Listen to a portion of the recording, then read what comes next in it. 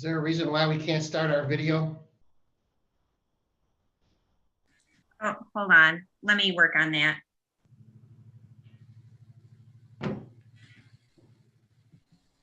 didn't realize that you couldn't. Sorry about that.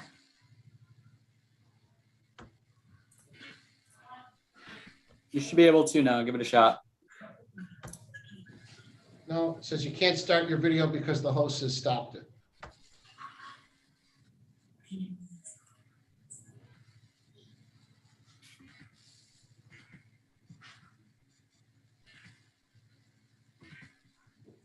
Try now, Paul. Yeah. There we go.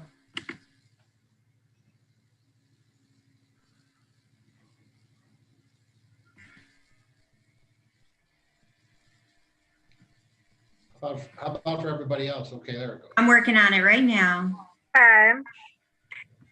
It looks like people are able to at this point. Good.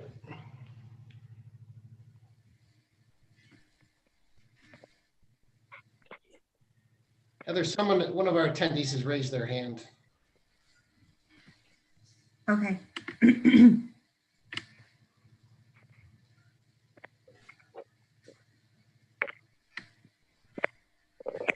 of our attendees have raised. All right, do I have everybody? Gemma, hold on. I'm going to promote Gemma to a panelist. And then Shannon. I'll figure out what's going on with Shannon.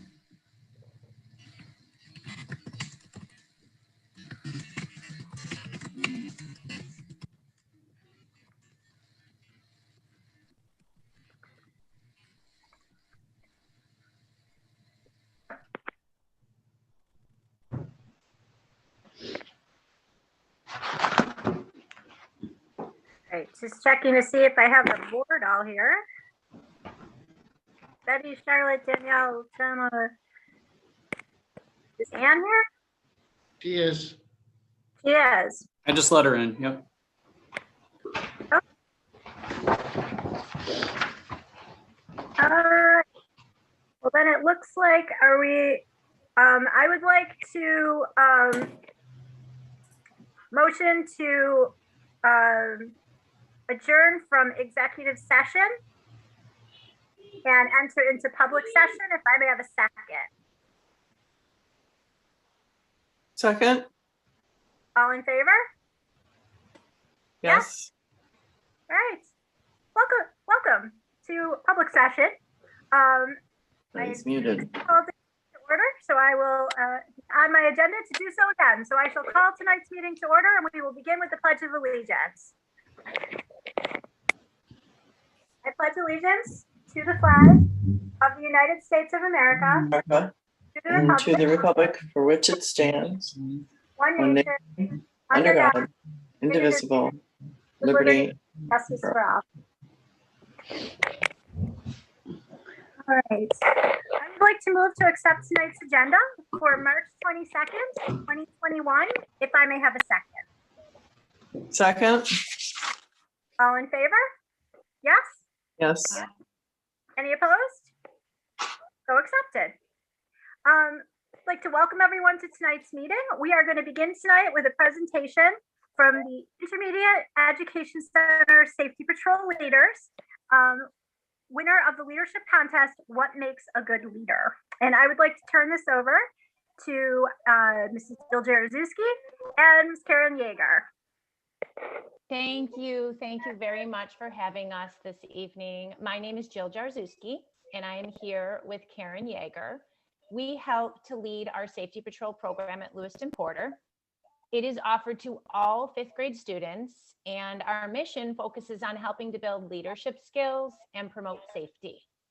Our fifth grade Safety Patrol leaders assist our PEC and IEC students on our bus loop. They support friendly and safe choices when traveling to and from school on our buses, and work hard at being role models for all students. This year, we decided to get a bit more creative with our program and offer some unique opportunities, one being an essay contest. And Karen will introduce our first place winner. Yes, and our essay contest question was, what makes a good leader? And we were very excited to read through many wonderful responses to this question. And tonight we would like to honor our first place winner, Anisha Singh. She will be reading her essay for all of you now.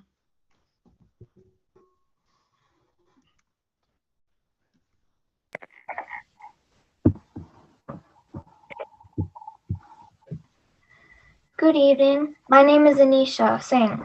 I am in 5th grade and in Mrs. Suda's class, and I am in Safety Patrol.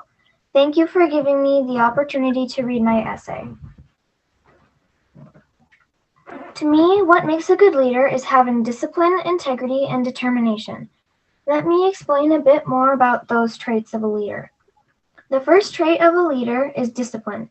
Discipline is obeying the rules and not being late. For example, if you're in a club or sport, if you were early for every class and did what you were supposed to do in between classes and in class, you would have discipline. If you were late for every class and didn't do what you were supposed to do, you do not have discipline. Being on time is a perfect example of having discipline. So a leader should set a good example and not be late or on time, but be early.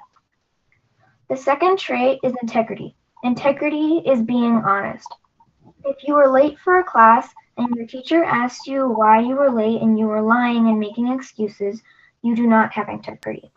If you were late and your teacher asked you why you were late and you were telling the truth and said that you would never do it again, then you definitely have integrity. Telling the truth is having integrity. So a leader should set a good example for everyone and not lie. The third and final trait of a leader is determination. Determination is never giving up and pushing through the obstacles that you face. For example, if you had a test really soon and you had a fixed mindset, you do not have determination. A fixed mindset is like saying, I'm going to fail, or this is too hard. But since you have a test, you should study and have a growth mindset and push through those obstacles. Growth mindset is like saying, I can do this. Or failure is an opportunity for me to learn. Having a growth mindset is being positive and believing in yourself. Having a growth mindset is a great example of determination. So a leader should set a good example for everyone and believe in themselves. Those are 3 of many traits of a good leader: discipline, integrity, and determination. Pretty small words, huge meaning in leadership. Thank you for listening, and I hope you enjoyed. Thank you, Anisha. We are so pleased with your dedication to this program, and we thank you for joining us and introducing yourself to the board tonight. Have a great evening. You too. Thank you. Thank you, Anisha. Thank you guys very much. I just want to congratulate Anisha and also just give our appreciation to Jill and Karen for running the Safety Patrol. It is an absolutely wonderful program. As Jill would know, my son Nick was, I think, one of the very first Safety Patrols, and it meant the world to him, and to Mike who followed. So I just want to thank you for keeping this program going. I know this year has been complicated, but it just means the world to these kids. And I want to really congratulate Anisha and thank you for joining us tonight. It was a pleasure having you. So Thank you for inviting me. Jill, Karen, did you want to add anything? Or I wanted to just say thank you to all of you, because the support of this program comes from all of you in order for us to kind of move forward, and we just appreciate it. It's been difficult, but definitely creative, and all of these kids want to be involved. They often ask Karen and I, what more can we do? So we're always finding different and unique and creative ideas to offer them. So thank you for your support. We appreciate it. Yes, and thank you for giving them the opportunity, because many said they've been waiting for this since pre-K and kindergarten, and we are happy for a little normalcy for them this year, and they would have really missed this. So thank you very much. Oh, thank you. All right. At this point, we're going to let our Safety Patrol go, and we're going to open the floor to community comments. Marissa has a list of people who have signed up, and I will let her introduce them. I'm just going to, since we have a fair amount of people speaking, I just want to quickly review the rules. When speaking, please identify yourself first. Speak clearly and loudly enough for everyone to hear you. It's kind of more when we're in person and not Zoom, but just to reiterate that. Speakers are requested to limit their remarks to no more than 3 minutes. Appoint a spokesperson if a concern is a group concern, and supplement verbal presentations with written reports if necessary or desired. So any of you can submit your comments tonight in writing to us when you have completed. Personal comments towards a member of the community, staff, or Board of Education will not be considered appropriate. At that point, we would want to remind you of that rule, and if that were to continue, that would forfeit the remainder of your time. So Marissa will be able to give, if you're getting close to 3 minutes, we'll give a quick, a quick warning that, that your time is coming to a conclusion, and we're not draconian. If it gets a little past 3 minutes, just please wrap up your thought at that point. So at this point, I'm going to turn it over to our district clerk, Marissa Brilli, to introduce the speakers.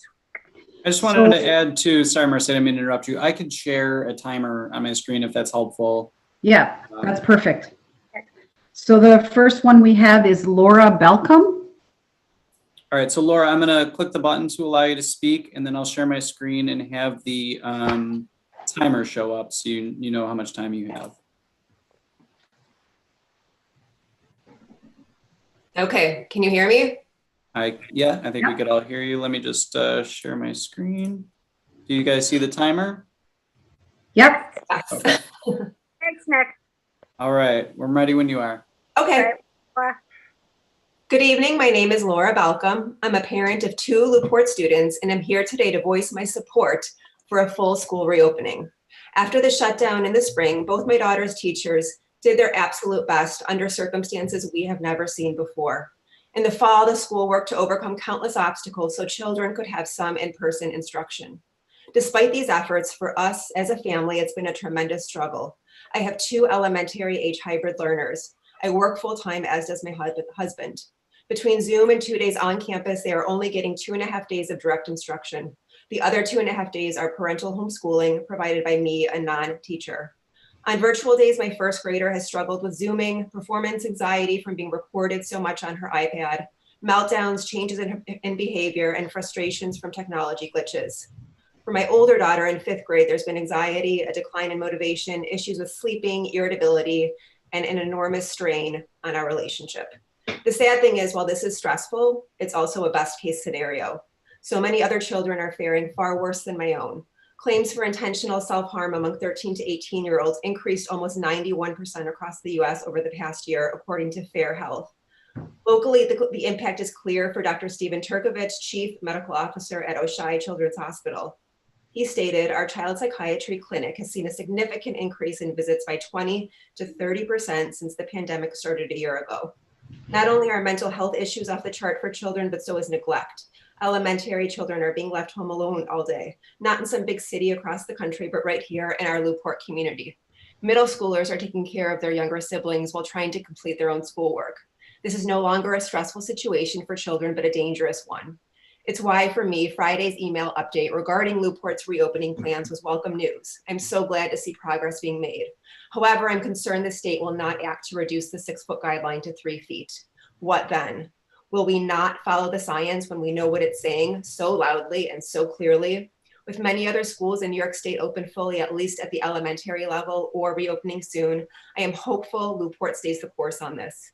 I understand lawyers are saying the state has the final authority.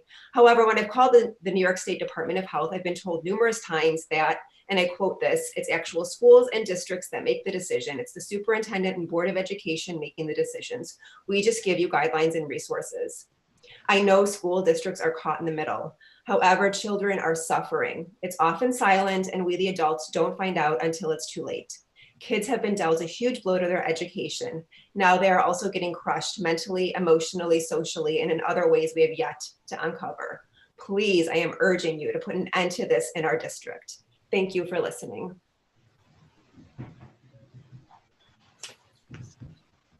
Okay, thank you. The next one we have is Natalie Beeline.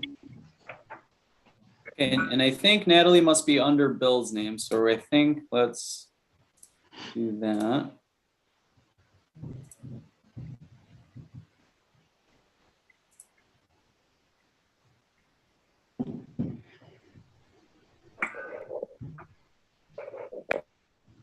Okay. Natalie, are you there? Hi, Nick. Yes, There we Nick, are. can you hear me? Okay. Thank you. Hello, yes, this is Natalie Beeline. Thank you for having me on this evening for some community comments. I just want to read a little bit of a snippet from the Physicians for Safe and Open Schools, as I am a strong proponent of 5 days a week. I do have 2 children in the district, 8th grade and 10th grade.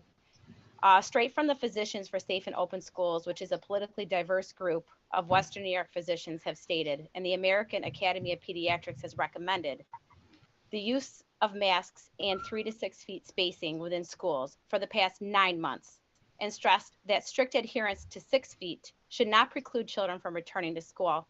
This is keeping with guidance from the World Health Organization, and 3 feet of spacing optimizes the balance between risk related to COVID-19 and the profound negative effects of school closure. Studies have demonstrated minimal risk of in-school transmission to children or adults using 3 feeding.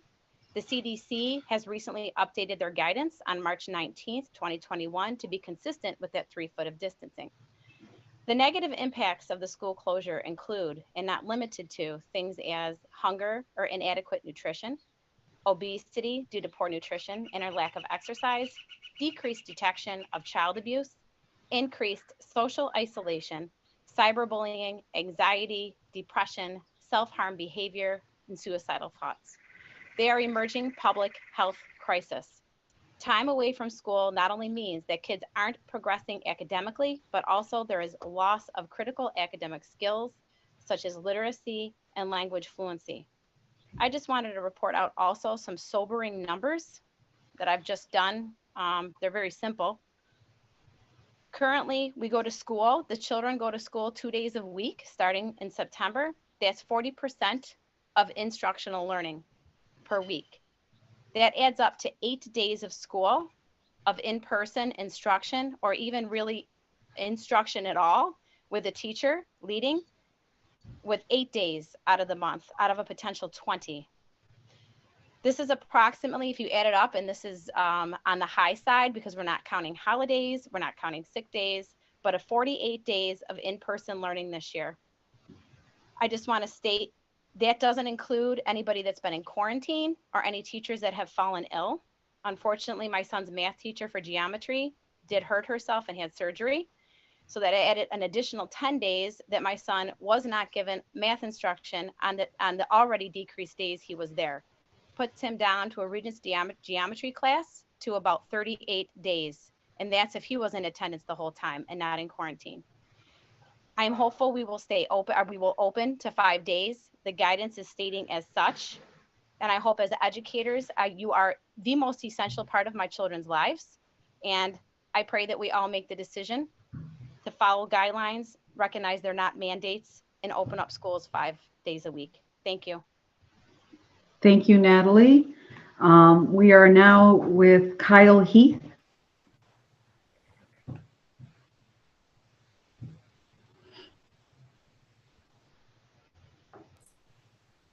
Okay, Kyle, let us know when you're ready. I just got the notification to unmute, so we should be good to go. Can you hear me okay? We Yep. can hear you. Thank you. Thank you. My name's Kyle Heath. I'm from Lew-Port Students First. We're a subgroup of Western New York Students First. And Anisha did such a great job. I kind of wish that she was still around to hear this leadership in action with the community that's here tonight. She described leadership, by setting good examples and staying determined to accomplish our goals. And I think it's pretty clear that that's what you're hearing tonight. Real quick, I wanted to go over the mission of Western New York Students First. It's to ensure that each of our school districts provide the most exceptional education for students possible, to ensure that students are always the primary concern for any district decision makers, and that the board composition is adequate to do this. Also to ensure that the community is informed and heard as to the ongoings inside our districts, and to advocate for stakeholder inclusive decision-making within the districts. Part of what we did as a group in February was to survey the community through our Facebook page, as well as in an article in the Sentinel. And I wanted to share some of those results with you guys tonight, and I'd be happy to forward them over to you afterward if you're interested. We had 120 responses. 85% of them were responses of parents with children in the hybrid model. All of the respondents were taxpayers in the district. 84% of the survey said that they felt hybrid was not an effective learning method. 89% said that they would send their child full-time if able. And 84% said they noticed negative consequences to the mental, social, and emotional well-being of their child that they believe to be related directly to only being in school 2 days a week.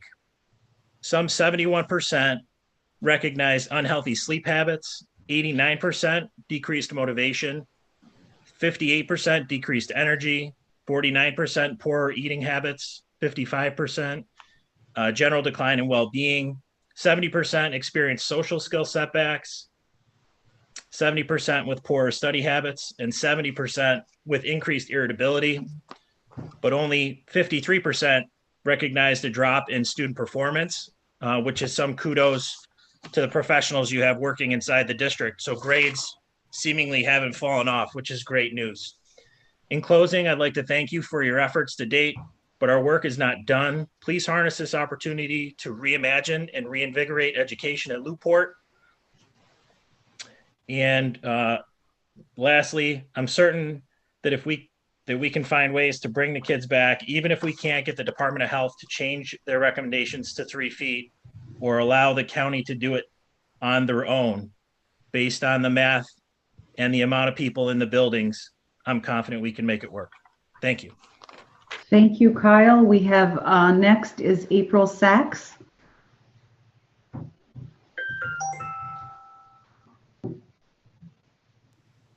Okay, can everyone hear me? Yep. Yes. We can hear you. Thank you. All right. Good evening. My name is April Sachs. I'm a Lew-Port parent of 2 middle school students, and I'm here to speak on behalf of parents who have been satisfied with the current hybrid model, given the circumstances of the pandemic. I know that many parents have been upset, and understandably so, as we have all suffered to varying degrees throughout the past year. Some of us have lost loved ones, others have gone through financial hardships, and collectively our mental health has suffered. I have friends and family all across the country, many of whose children only recently entered a hybrid program after being remote since last March. So I have felt lucky by comparison that our children have had the hybrid option since the fall.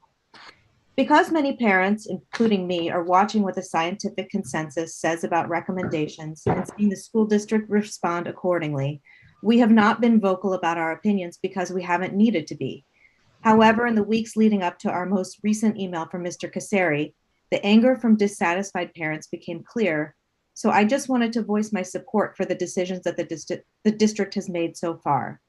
I'm also here to put a face, well, though not really a face, a voice, to the many people who responded positively to our district's recent survey. As we have continued to learn about how this virus functions, I have seen our district administration, teachers, and staff working tirelessly to try to ensure the health and well-being of our children and communicate regularly with parents. I believe the district has the students' best interests at heart, and as more information comes in about the virus, they have made changes while still keeping our kids safe. For example, when it became clear that the quarantines for students who were exposed in classrooms weren't necessary, our district no longer used them. And now that the CDC has come out with new guidelines for social distancing in schools, our district is figuring out how to safely open up to full-time students. Although the CDC has given the go-ahead, I trust that the members of the school board and the administration will continue to take mindful and methodical steps as they do phased returns to full instruction. I hope that they will continue to observe the trends of infection rates, particularly as more contagious variants begin to become the predominant strains in our country, and as we are potentially going to have a post-spring break surge. I also trust that they will wait until they can find a safe lunchtime solution, since the students will be unmasked while eating. It really feels like we are on the home stretch. By September, I'm hoping that our lives will have approached more normalcy and that we can begin to resume some of the activities we've had to sacrifice for a while. So again, I want to thank the members of the Lew-Port team for their flexibility, their attention to safety, their interest in parent input, and their concern for our children. Thank you. Thank you, April. Nick, we have Staci Sheehan, who is unable to be with us tonight, but she did a recording. So Nick is going to play that now.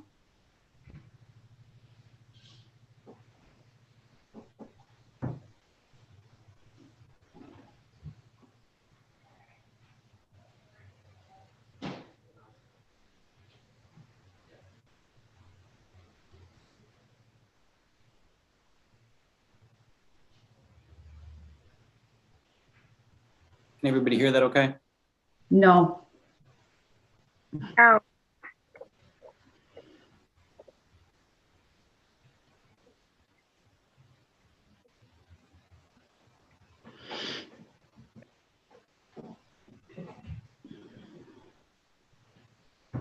Nick, I'm pretty sure if you're muted, we can't hear it.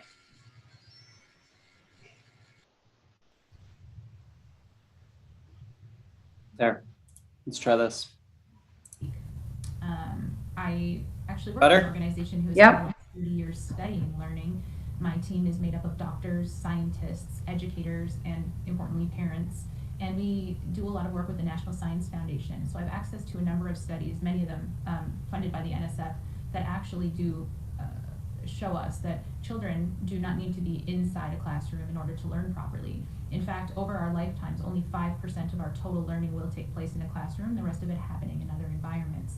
I know that that's not the only reason that people want the classrooms open 5 days a week. I know that it's causing a lot of financial hardship for people trying to help their children learn, as well as doing their own jobs, which is super hard for us too, struggling still with that every day. And then the social emotional needs of the kids, and loneliness and depression, which is also a factor for us as well, because our son's an only child, and we've had to get really creative with finding ways for him to see people safely outside.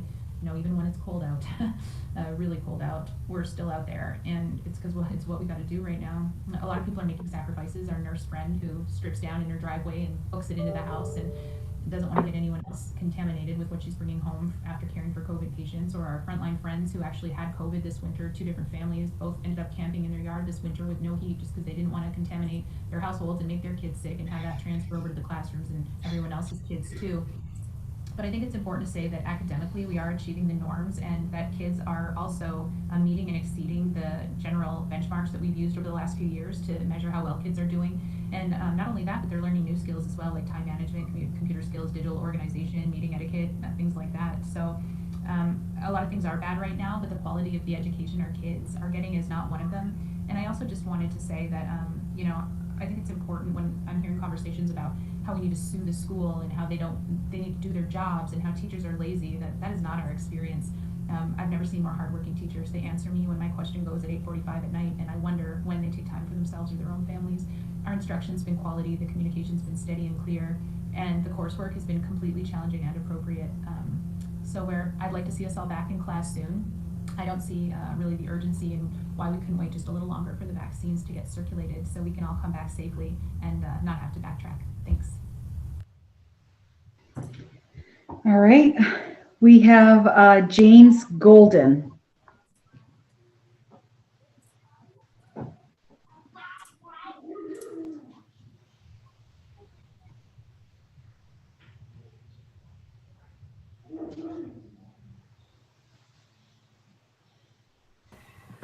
Okay, sorry about that. I'm here tonight my name is James Golden. I'm a resident of Lewiston-Porter, Lewiston, and I have 2 kids at Lew-Port. I'm here tonight addressing the board for 2 reasons. As a father, I want to thank the teachers, administrators, and board for their ceaseless dedication over the last year to find a path forward for our kids during what I hope is a once-in-a-lifetime situation. My sense from reading the various updates we get from Mr. Kasari is that the district has taken a measured approach in responding to an ever-changing educational landscape, balancing student needs, parent wishes, district resources, and the confluence of innumerable social and political forces as well as could be expected. More importantly, it has been obvious throughout that the district has abided by an ethos of student first in its decision-making. While the guidance provided to the school district continues to change, what hasn't changed is that COVID continues to pose significant health risks, and too much uncertainty remains for the district to abandon what has heretofore been a successful strategy for dealing with the pandemic. As a resident of the community, I'm here because there has been a tendency in communities to quietly suffer thinly veiled political movements that seek to poison public discourse through obstruction, recalcitrant skepticism, and the spreading of misinformation. The goal is often to create uncertainty and foment amorphous discontent while treating complex issues like a zero-sum game. To this end, groups like Lew-Port Students First have cultivated a social media presence that purposefully excludes parents from the community who might have opposing viewpoints while allowing others who do not have children in the district to actively participate. This allows the group to behave as though it has widespread community support while avoiding the inconvenience of divergent opinions, such as by conducting a survey of their own group members and treating those results as somehow representative. Given the ongoing role that the group intends to play in the district as stated in its mission, I think it is necessary to speak openly about my concerns. To this end, my sense is that Students First movement is an attempt to use our kids' mental health and well-being as a cover to continue to legitimize a flawed logic and irresponsible behavior that led to COVID becoming as deadly as it was. I'm quite sure that the behaviors of many of the group members have contributed to keeping schools shut down. I have no doubt that they've spent the last year claiming that COVID is a hoax or refusing to wear masks because they don't want to live in fear. Back in September, as COVID raged and the country was nowhere near a vaccine, parents who are now members of this group circulated a petition in an attempt to pressure to the district to ignore state guidelines and bring back varsity athletics. The petition only received 208 signatures as the vast majority of the district recognized that such a demand was incredibly irresponsible. Notably, an additional 300,000 people have died since the circulation of that petition. Ultimately, I look forward to my kids being able to return to normalcy, and it will happen sooner rather than later. In fact, while groups like this will likely loudly proclaim victory once we return to a 5-day school week, the reality is that a return to normalcy in schools and elsewhere will happen because the rest of us, a far larger group, quietly chose to behave responsibly over the last year, following health and safety guidelines, wearing our masks, getting vaccinated, working with rather than against the teachers and administrators in order to find our way through COVID. Thank you. Thank you. Next, we have Carl Schultz.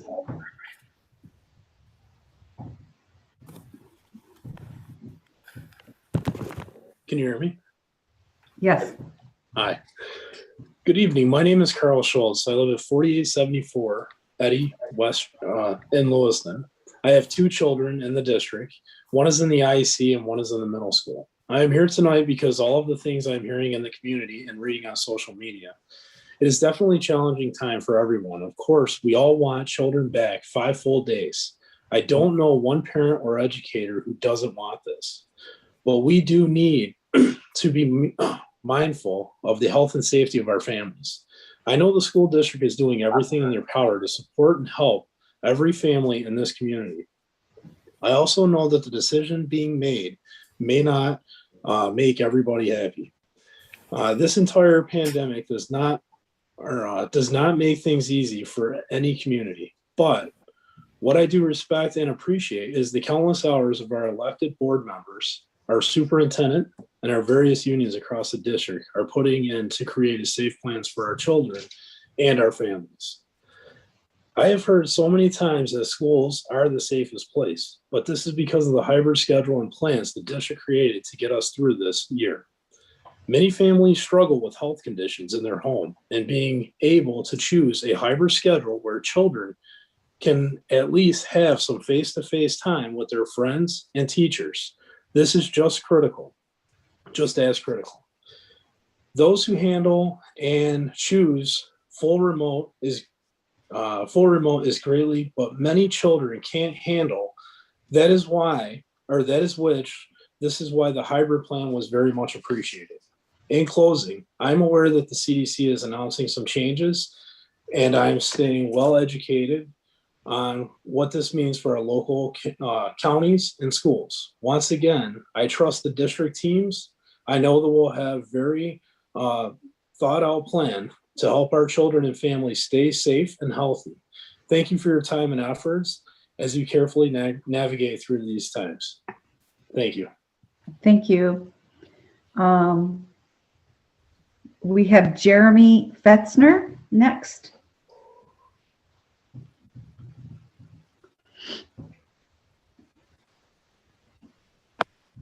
All right, I should be unmuted. I got good audio. Yes, you do. We can hear you. My name is Jeremy Fetzner. I live in the district, not a Lew-Port alumni, but my kids have always known Lew-Port. I got 4 of them, kindergarten through 8th grade, and we love this school. So I'm advocating on behalf of the school board, the superintendent, supporting Lew-Port, because I've also been hearing what some of my fellow community members have been stating about groups and social media chat, that they feel a lot like attacks against our school. And I just want to let the board know, make these public comments to say that the vast majority of the community, at least in my opinion, we think you're doing good. You're following the guidelines. You're doing what the CDCs, the health departments, these are all valid restrictions that you have to stick with, and they have serious consequences if you don't. My wife, she's been a substitute at Lewiston-Porter. She's ran some clubs there. I mean, the school does just a ton for our kids, and the support that we always get, all the community members, all the teachers, it's just lovely. It's just wonderful. So I just wanted to give that short. I appreciate what you guys are doing. Keep up with all the diligence, all this extensive effort that you guys are putting into to help get our kids back to school, which is the end goal. But take your time, do what we need to do to get there. Lew-Port's always been good for us in the past, and we've had all the good times, and I think we need to support them right now through the bad times. Thanks, that's all I got. Thank you. And then we have Patricia Fanizi. You want to reset that, Nick? Sorry, there you go.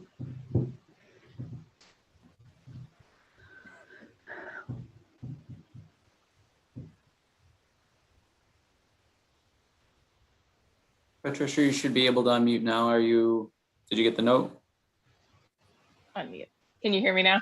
Yep, we got you. Yep. Thank you. Sorry about that. Okay, good evening. My name is Patricia Fanizi. I have 2 children who attend school at Lew-Port. My son is at the IEC and my daughter is at the middle school. To say that this past year has been challenging would be an understatement. It has been scary, stressful, and frustrating for adults and children alike. I don't think any of us could have imagined ourselves living through a time like this. School boards, administrators, and educators have had to build the plane while they're flying it, so to speak. For my family, Lew-Port has done an excellent job of supporting us through this unprecedented change. The teachers in particular have gone above and beyond to support and encourage my children in their learning and to support us as parents. And they should be commended for their efforts. I understand that there are many families being served at Lew-Port who have a variety of needs. This pandemic has not impacted all people equally, and nor have all students been suffering equally. My heart goes out to all of them, to all of us. However, COVID-19 poses a risk to all of us still. I sincerely hope that we can fully reopen by September to 5 days a week. I would hate to lose the ground that we have gained with the sacrifices we have made in the past year. I ask this board to continue to take a careful, science-based approach to a phased reopening. I am not a scientist. These guidelines have changed before many of us fully understand what they mean. And I would ask that the district continue to clearly communicate how any changes to protocols will continue to protect our students as well as the entire school community. please keep doing the good job that you have been doing on behalf of us and our children. And thank you so much for your efforts. And that concludes our community comments.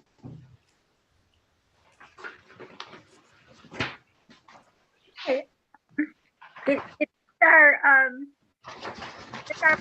not to comment on any of the community comments at this time, but I do want to thank everyone for taking the time tonight to address the board. At this point, I would like to move on to our committee schedules and reports. Board of Education reports actually today was Health and Wellness committee meeting. Gemma.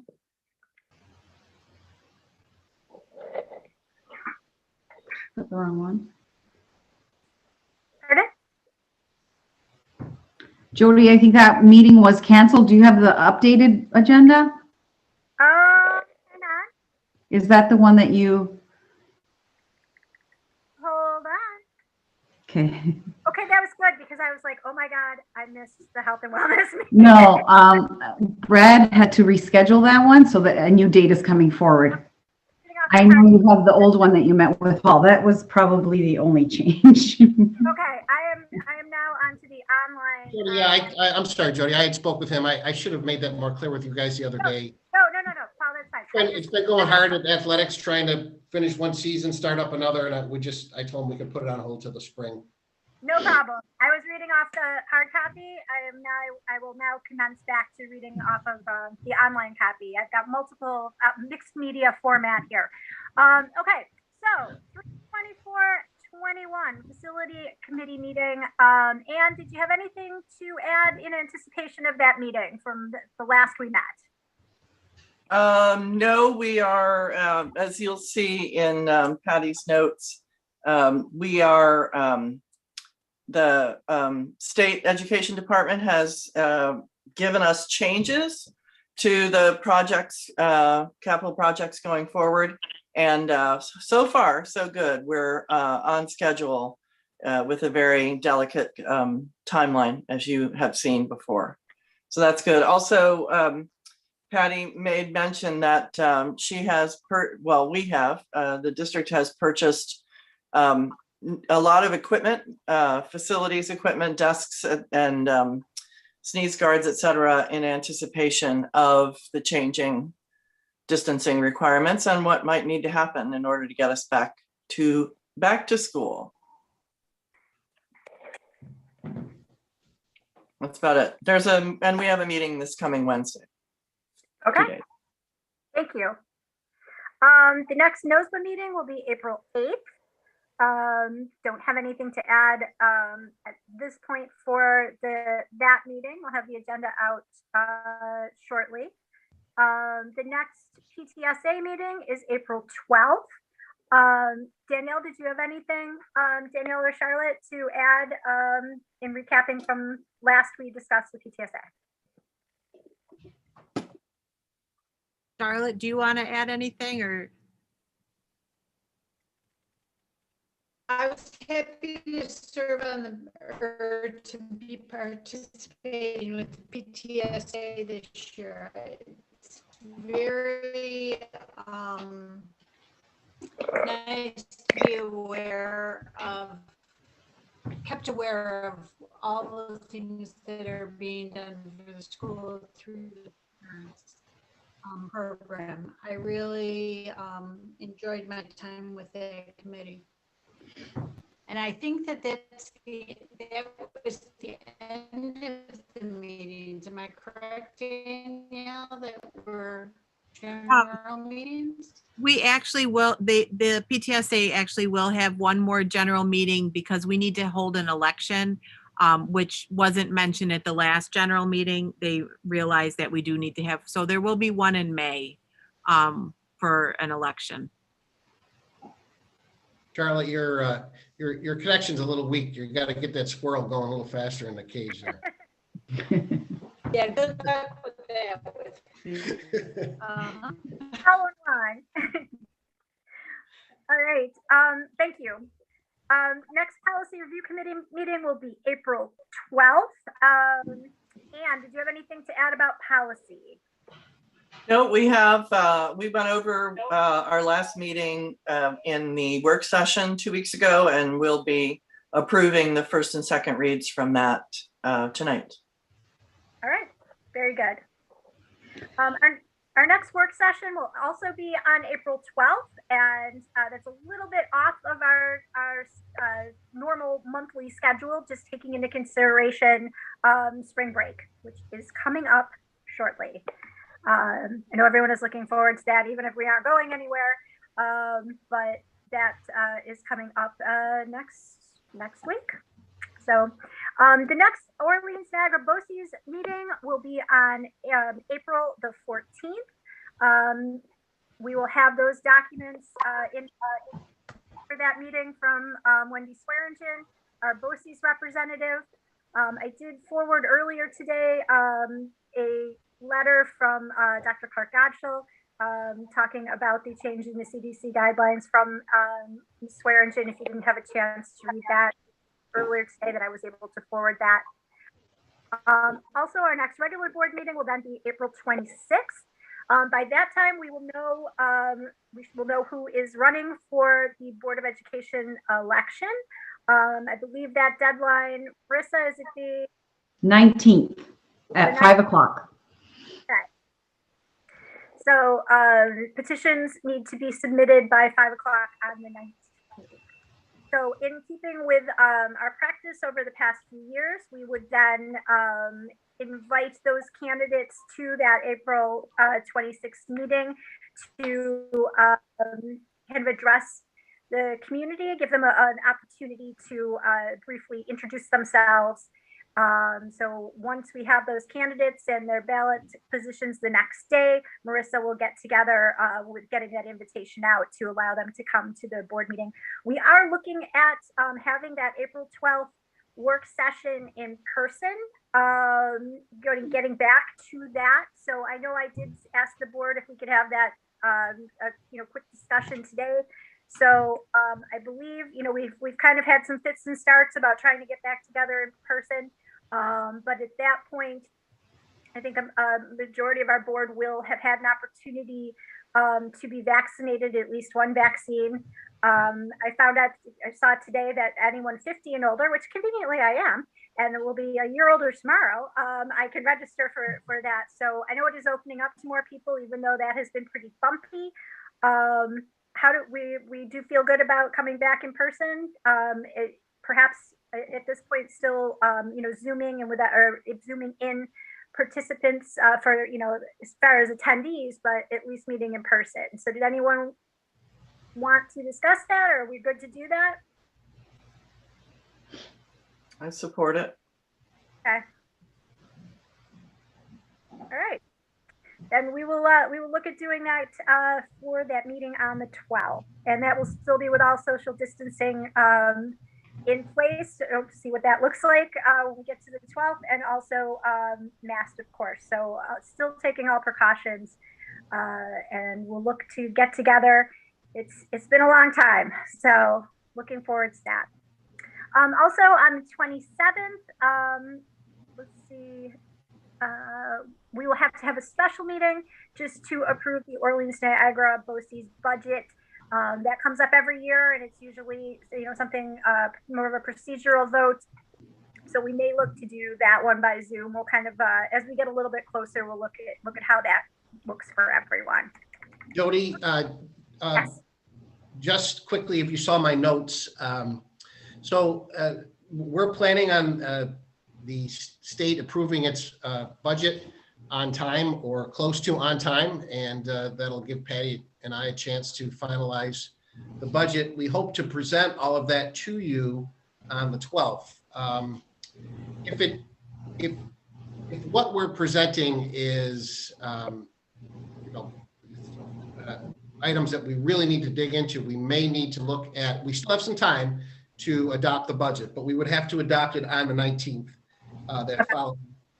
So that would be our drop dead date. So I'm hopeful we can go over, we kind of, the board knows kind of where we're at right now in terms of budget to budget and our appropriations, our revenues, and then in where our revenues are at. So we're just trying to understand what this will look like when the finalized budget is passed, and of course, what this $1.9 million of federal money and how that's going to play in this whole picture. So while the picture is not necessarily bad, it's just simply, it's currently right now a bit up in the air for us to make final decisions. So just want to keep you guys aware of kind of where we're at. We're hoping to do all this all on the 12th, but we may need to make a decision as a board because we may need to talk about it a little or have a chance to dig into it a little more deeply. Maybe we'll do it on the 19th.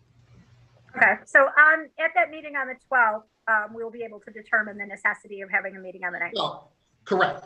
So what we'll do is, we'll obviously, our hope is Patty and I will have a detailed budget for you that will be our recommendation to you. Given what we have, we'll obviously be feeding you all information over the break as it comes in. Hopefully everybody will feel comfortable where we're at in terms of our budget to budget and our revenues, and we can adopt the budget that evening. If we don't, if for whatever reason the board doesn't, I just want you to understand the deadlines in terms of adopting our budget, and we really would need to make a decision. We couldn't, I think it's the 23rd, we would have to adopt by the 23rd. So that would really give us the 19th. Okay. Just so everybody knows. All right, thank you very much. You are welcome. All right, our administrative reports. Our administrative reports at the building level have been submitted in writing, just so anyone in the attending the meeting knows. And I would now like to, at this point, introduce Dr. Heather Lyon. Hey everyone. I have some updates to share with you, including the parent feedback, but first I'm going to start with the New York State assessments and Regents exams. Last week, the Board of Regents met and made recommendations about how to proceed.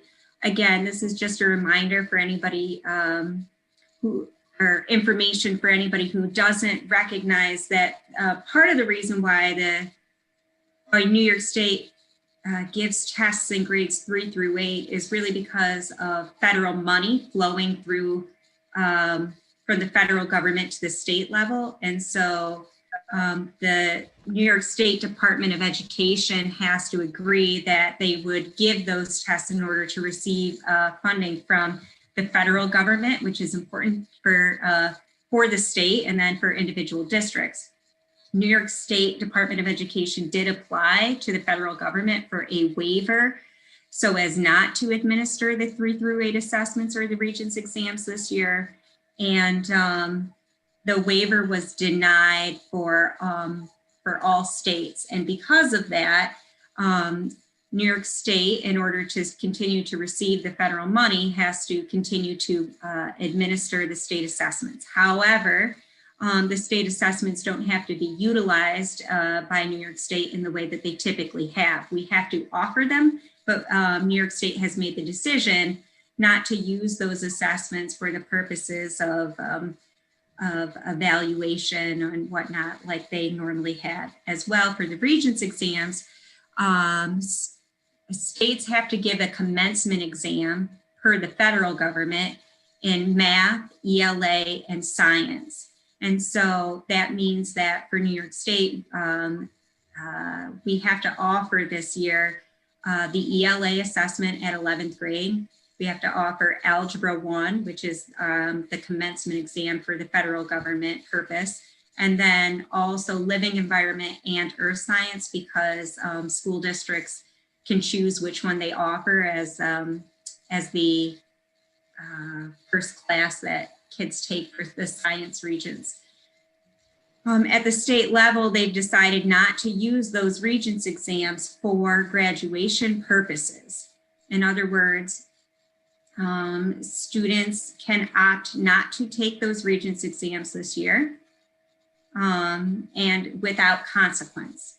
That's without consequence to the student and to the district. And so what that's going to look like actually in June remains to be seen. But what you need to know is that a student who does not take it or takes it and does not pass it will still be able to graduate on time. And no exams will be given in August either. So those are the only 4 June exams. Again, that's Earth Science, Living Environment, the ELA assessment, and Algebra 1. And those are the only Regents exams that will be given. The other courses that end in a Regents exam, on the transcript, students will get an E for exempt. And then there's all kinds of information that the state is providing that is more than I'm going to go into detail tonight about how that would work for students who may want to get an advanced diploma and so forth. So I just wanted to give that quick update. Again, the Board of Regents just met a week ago tonight. Anybody have any questions about that? All right. So with that in mind, and with what Mr. Kasseri said about some potential money coming from this from the government to offset the instructional loss as a result of the pandemic, we are thinking about planning for the summer and what that's going to mean. And so please stay tuned because that information will be forthcoming at a future board meeting. Mr. Kasseri and I did send out last week a memo to the staff talking about acknowledging that students right now, some students are struggling due to the pandemic in terms of their academic needs and their social emotional health, and the importance of RTI or MTSS. So RTI again is response to intervention, and MTSS is multi-tiered systems of supports. These both have, they're really, the terms are synonymous. So we're not going to get hung up in the term. Just for the sake of our conversation, I'm going to call it RTI. Really has 2 sides of it. One side is the academic side and the other side is the behavioral side or the social emotional side. And as a district, we're being thoughtful about the what we're doing for students on both sides of that equation, and thinking about the fact that RTI is the best thing that we can do for kids, which means providing them with a strong core knowledge academically and in terms of their social emotional health. But that's something, there's no such thing as a silver bullet. So we can't buy like a program that's going to work for all kids. The idea of every child being referred to special education is not going to solve the problem. And retaining kids is also not a solution to a challenge. And so I just want you to be informed about what we're talking about with teachers.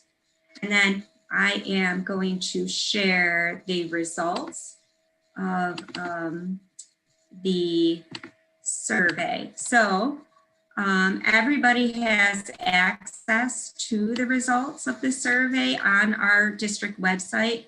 You just go to the COVID, everybody can see my screen, right? Okay, so you go to the COVID-19 reopening, and if you click that tab and you scroll along to the side here, it says LP Learning Model Feedback Results. And when you click that, you get this screen that will come open here. And so these are the results. And so we start with the demographic information. So, you know, we had responses from every grade level, which means from every school. Most of our families. How many responses total, Dr. Lyons? 848. Thank you. You're welcome. And so you can see the vast majority of people who responded were in the hybrid model. And so with the hybrid model responses, basically for every slide, you're looking for, these are written, except for one question, they're written in a manner where to indicate that you agree strongly or agree is a positive response. So my family has adjusted to the hybrid learning model. We're looking for red and blue.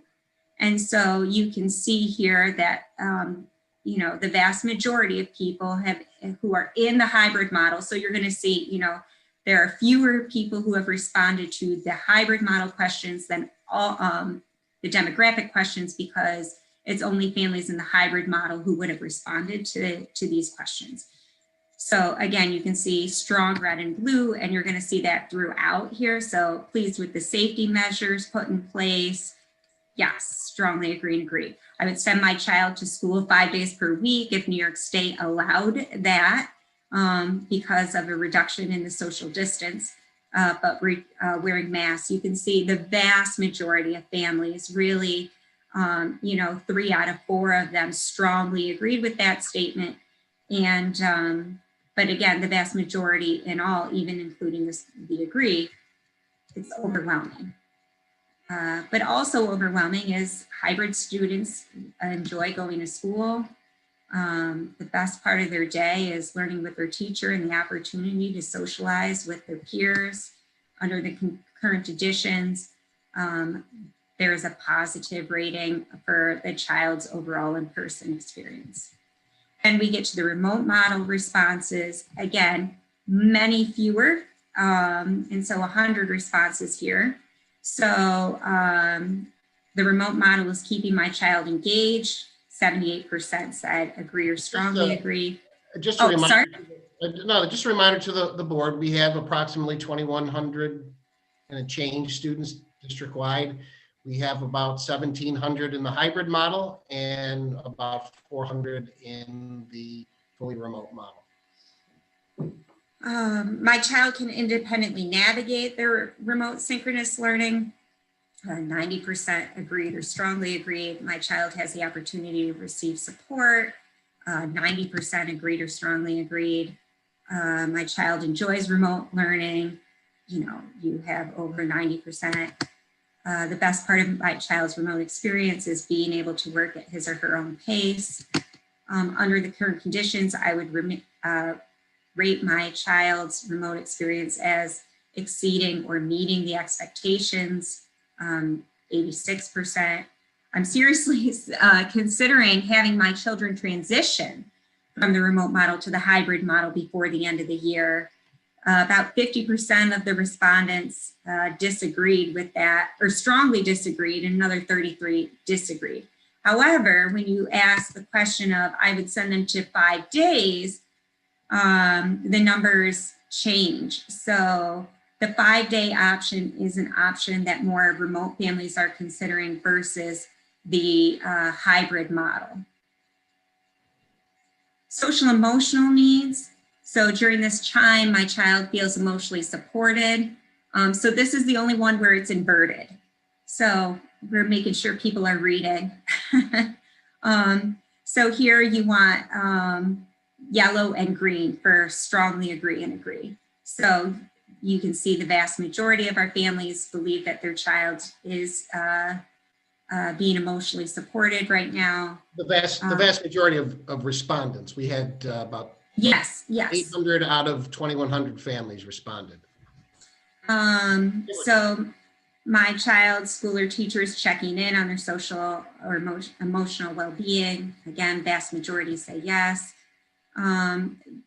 This is whether or not their child is benefiting from related services, and most families don't have related services, but those who do, you can see most of them say that their child is benefiting from that related service.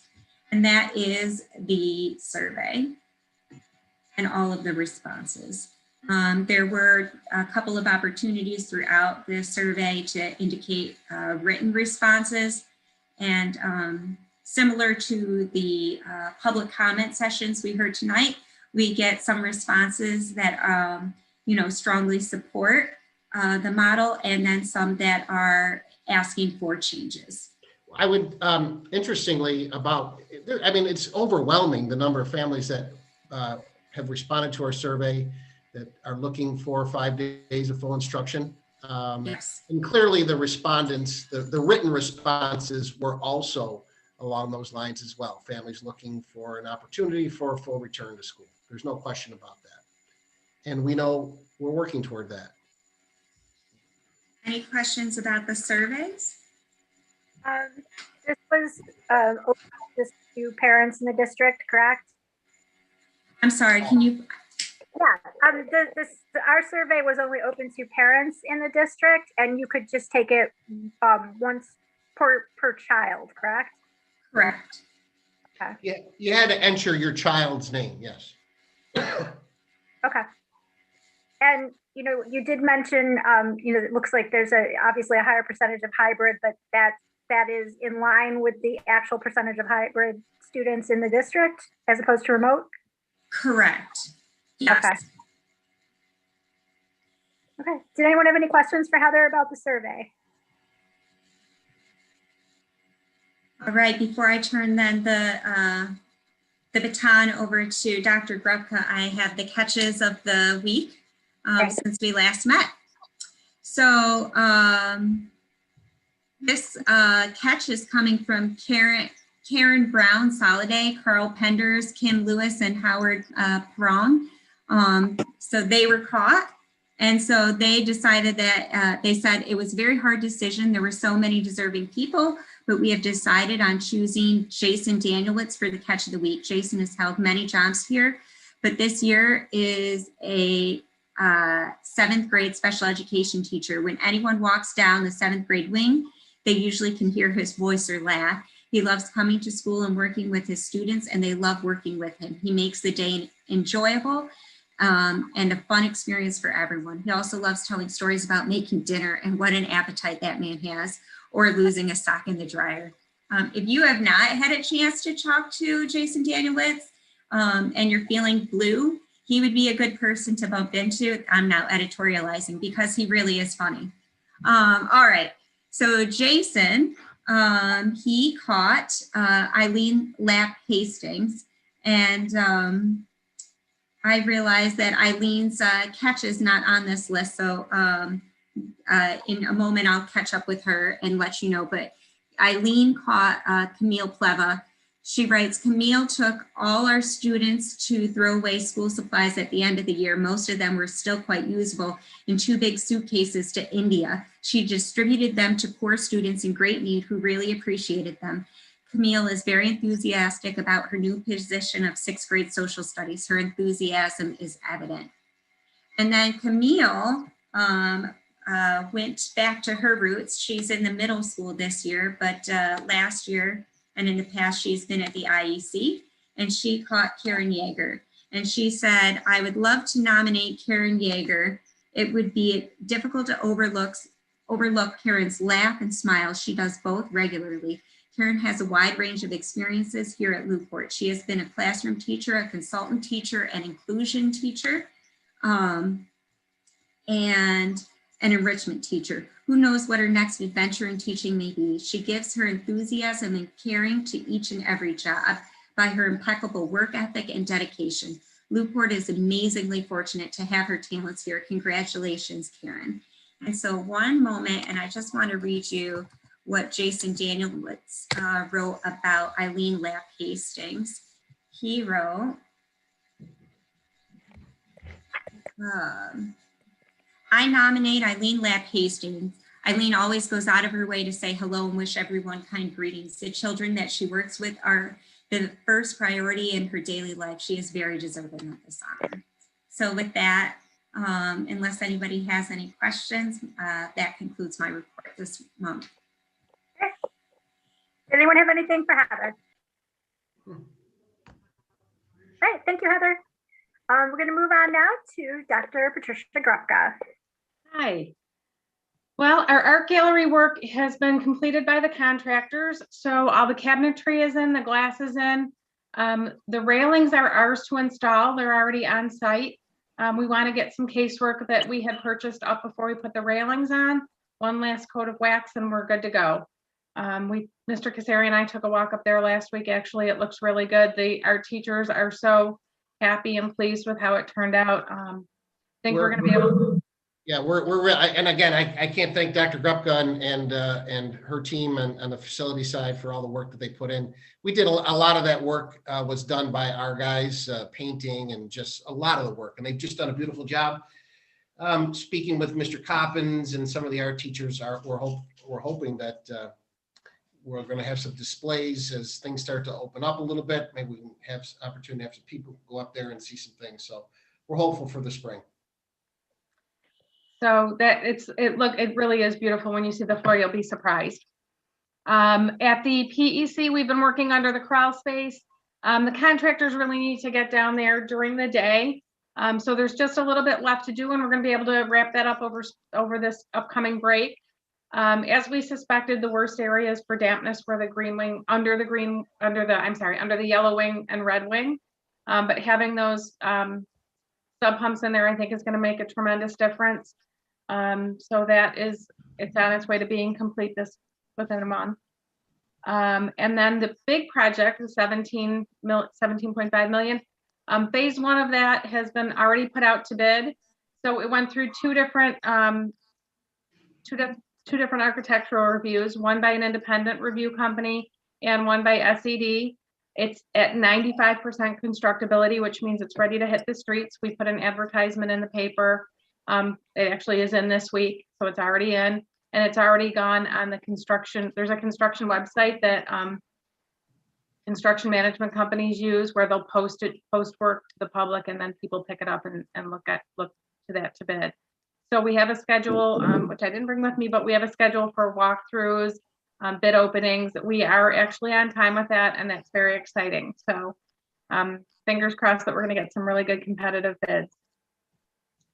The other thing that I'm looking at is, I know we originally talked about doing the solar panels on 2 of our buildings. We're looking at doing them on 4 buildings. So I have Dean doing some work. For them to be energy efficiency projects, we have to be able to pay it off in savings within 15 years. So he's going to do the math piece on that. So we're looking at 4, possibly 5 buildings, but over several years.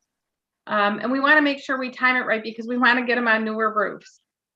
We do have some new roofs, but the majority of our roofs are not newer. We're also looking at a coating on 2 of our roofs that will extend the life of the roof for up to 10 years, possibly longer, so that when we get those solar panels on, we won't have to take them off. So there'll be more to come on that. And that's really where we're at with projects for right now. I should say that we rented a machine, because for this coming year's capital outlay, we're going to extend the outdoor track. And our grounds guys have done a tremendous job, particularly Niall, going in and really just plowing down trees and shrubs and all kinds of stuff. So it's really already starting to look like a running track back there. So hats off to our buildings and grounds department. Again, they did a fantastic job. In terms of the budget, we talked about a lot of the budget. We have a fair amount of our numbers in. Mr. Kasari and I will be meeting with our insurance company actually tomorrow to look at some options for what we can do to keep those rates contained. We originally presented a 0. We were very hopeful. We think there is going to be a small increase. Blue Cross and Blue Shield proposed 9.8%. That is not something we're willing to accept. Looking at what we have now, I think we could keep it under 4, actually, if we make some slight changes to our funding mechanisms. So we're going to be meeting with Abley and Associates tomorrow to have those conversations. Other than that, I'm still waiting for that budget, because until I actually get our legislative budget, I really won't be able to hone down into where we're at and what we're going to do. That's it. Great. Exciting news about the art gallery, and we're all looking forward to that. Just before we move on from, I've actually been thinking about it, because this would be art show weekend normally, and we had talked about having that transition to our onto our campus as opposed to the NAC. But I just want to send out our heartfelt condolences to the NAC with the loss of their director, Kathy Cadello, last week. So I know that that's in all of our thoughts and our hearts, and I just want to just take a moment to send out our condolences to all of our art community family whose lives she touched. So okay, I'd like now, thank you very much. Did anyone have any questions for Dr. Gropka before we move on to Mr. Kasari? All right, thank you, Patty. Mr. Casari. Thank you, Mrs. Reardon. So first of all, thank you to all of our speakers tonight. It was nice to have the community come out. We continue to have quite a cadre of participants on the attendee side, and it's not often that we get a lot of folks out for our Zoom. So it's nice to have the community come out and kind of see how we conduct our business, so to speak. Obviously, the hot topic is, the change with the CDC and where this is all taking us as we head into the spring. So first of all, just to remind everybody what has changed. So the CDC, the Centers for Disease Control, which is the federal government's arm of the this process, the management of the pandemic, as it had been for Ebola and SARS and all other H1N1 and everything else. Obviously that organization is kind of the chief medical arm of the federal government, along with obviously the Surgeon General. But it is said in elementary schools, the CDC now recommends that students remain at least 3 feet apart in classrooms, where mask is a universal, regardless of whether the community transmission is low, moderate, or high. In middle schools and high schools, CDC also recommends 3 feet, where there is transmission is low, moderate, or substantial, they call it. That's like a third tier before you hit high. It does recommend middle school students and high school students should be at least 6 feet apart in communities where transmission is high. Currently, here in Niagara County, transmission is low. I believe that is as well in Erie County, which is outstanding news. We can continue to move forward, but we do have to keep that in the back of our mind that, there is some concern and I know that some people say this is just conjecture on my part, but I don't believe based on the scientists that I have been reading and the journals that I have looked at and the news that I have read, that there is the possibility of a spring surge, particularly after the spring break. So we just have to be mindful of that. We're still moving forward with all of our planning, but we do have to be mindful of the fact that if you are in a position where your transmission is considered high in your community, we would have to go back to 6 feet apart. So let's just say we move forward with the reopening once we have the guidance from New York State Department of Health. Remember, the guidance from New York State Department of Health is then internalized by the New York State Department of Education, which puts out its mandatory responsibilities for school districts to follow, with the obvious threat of state aid withholdings and certification issues and those kinds of things. So I just want to make that clear as well. Nevertheless, we are moving forward with that, but we also want to make sure that we're not in a position where we reopen and then all of a sudden we have to close back up again, which is would cause obviously huge turmoil. So that's just something we're keeping in consideration as we wait. We also have a number of considerations. And again, I want to make sure that everybody understands that, when the CDC originally came out with its guidance back in May, June, July 2020, the states then interpret that. New York State, under Governor Cuomo, for much of the pandemic with his executive orders, and of course the Department of Health falls under his guidance with Dr. Zucker as the commissioner.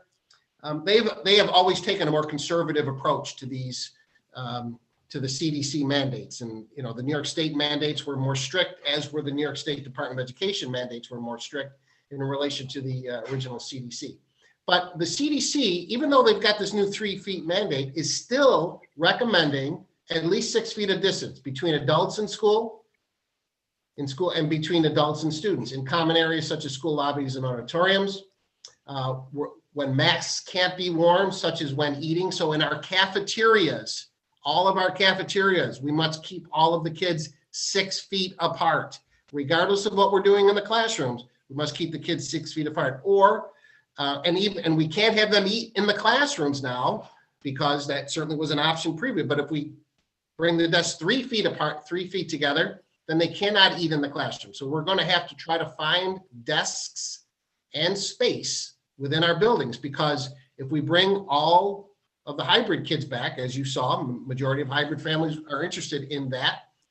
All of our cafeterias do not have the space at 6 feet apart to host all of the students for the lunches that we have. So we're looking at creating more lunches. We're looking at creating other spaces within our buildings for lunches. So there are other considerations that we are taking into account as we're beginning our planning. We're restricted at what times we can serve lunch too, correct? You can't start lunch too early, Well, yeah, I mean, obviously, I don't think the lunch police from SED are going to. So, I mean, if we can do that, and we're going to be as liberal as we can, to stretch the lunches out to try to. We've already started measuring, and we know Dr. Grupka has purchased over 500 more desks. When are they expected to arrive, Dr. Grupka? So we have 200 that they're saying have already been shipped. Theoretically, we should have gotten them. We don't have them yet, but they have already been shipped. I have 250 more that should be coming in over the break. And then the remainder, I don't have arrival dates on yet. But just to clarify, because people might not understand, a lot of our classrooms, especially in elementary, used to work at tables. So that's why we had to buy more desks. We didn't have enough individual desks to space them out, correct? Right. Well, the big problem, Betty, was that we use cafeteria tables. Yeah. So we had to get them. Yeah. Yeah. So then we had to move all kinds of desks in all of our cafeterias to support that part of the school day currently. So and it was a kind of a convergence, but we've ordered them. They're on our way. We've made all of those purchases and we are moving forward. But I want people to understand that is a bit of an obstacle. Certainly not in any way an obstacle that we can't overcome, and we're working on overcoming that. And of course, we're waiting to see how New York State interprets all of that. The big issue that we have, of course, is transportation. And we're appreciative of all of the families that are currently driving, our green group and our white group families. We hope that in our survey, we hope that those families will continue if we move to 5 days. We would need them to, because currently right now, first of all, the bus company itself is down drivers. There were a number of drivers that refused to come back just because of the COVID issues.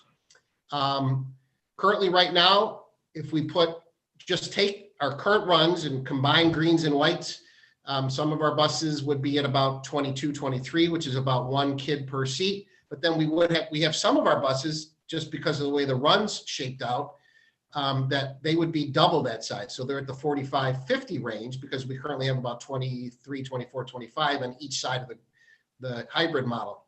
So Dr. Grupka met with the bus company today. Dr. Grupka and I are meeting again with the bus company tomorrow. This is a company that we purchased that service from. We're gonna really press them to hire some more drivers for us. I know it's difficult to hire drivers. We've heard that a number of the bus drivers have said that if there is a return to full instruction, they're not going to drive anymore. So we're dealing with that issue as well. That was brought up today. That certainly caused us some concern.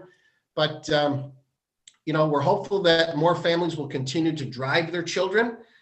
That's going to, obviously, we'll have double the number of drivers. You can see what it's like now in the drop-off pickup, which I think is down to a pretty good science at the elementaries, but we would have to double that. So they're working on other entrances for people to drop and pick up at, just to facilitate as speedy as possible of a transition in the mornings and the afternoons. So we're working on that as well. So I just wanted people to understand some of the issues that are at play that we're dealing with as we're rebuilding a more fuller instructional model for our students at 5 days. The Niagara County Legislature, Chairwoman Becky Whittish, and our Public Health Director, Dan Stapleton, put out a press release today, and both said, and I quote, I'm reading right from their press release.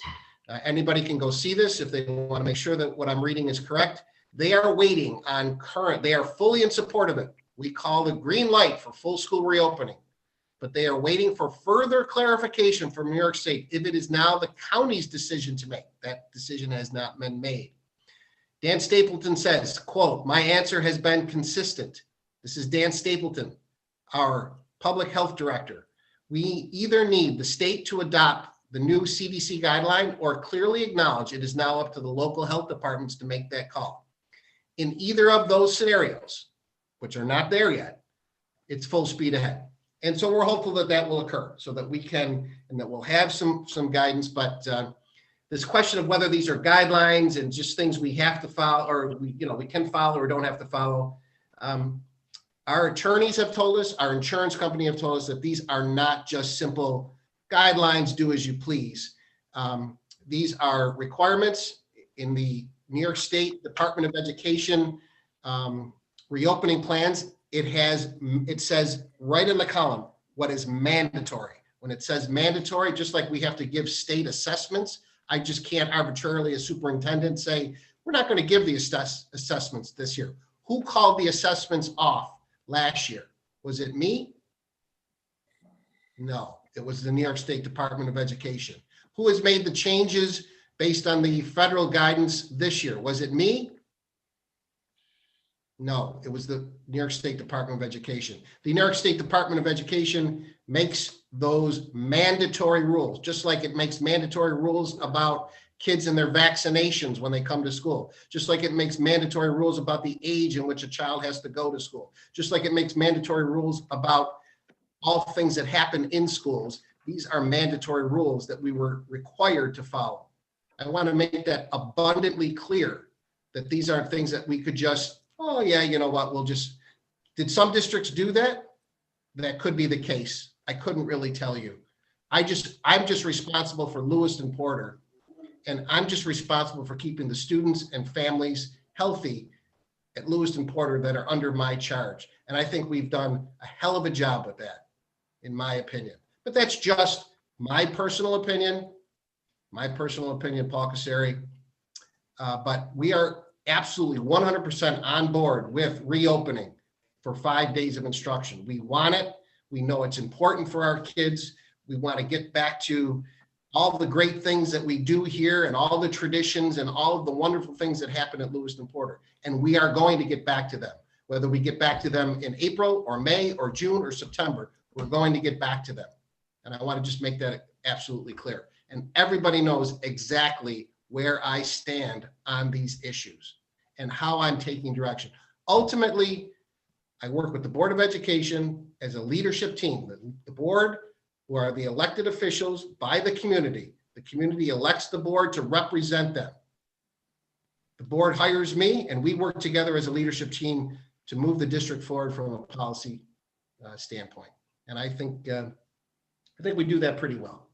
So we are working diligently. While I know many people across our district will be off on spring break, Dr. Grupka and I and Dr. Lyon and the administrative team will be working steadfastly over this break to prepare ourselves to reopen. And once our teachers get back on board, we will move that forward based on the direction from the New York State Department of Education. Any questions on exactly where we are with the current status? I said I would be addressing the current status of school reopening. How did I do? So far? But I just have one question regarding the tents that we have that went through, well, I don't know, 7-month approval process with the Board of the State Education Department. Can we use those for cafeteria? Yes, space? We will, and are hopeful that we can have some kids eating outside, without a doubt.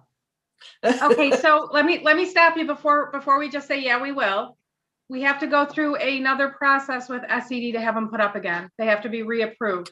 Yes, they do have to be reapproved. The New York State Department of Education will not just allow you to put them up as if you're going to use them for classroom, or we could put them up and we can host a party in them, or yes, we could. All right, okay. We can. Okay. Well, if we're having the Raby run and I borrow one of the tents to put up, we can put them up. But yes, if we're going to be using them for classroom space, or we're going to be using them to have students in them, that does need approval Now you got it. from the New York State Department of Education because of our insurance, God forbid there's something should happen and we didn't receive that approval. Yeah. No, that's understandable. Every time I put them up, I have to have a fire inspection done on them as well. And we have to have an inspection done when we take them down. So I will apply to get them back up now that the weather's cleared up.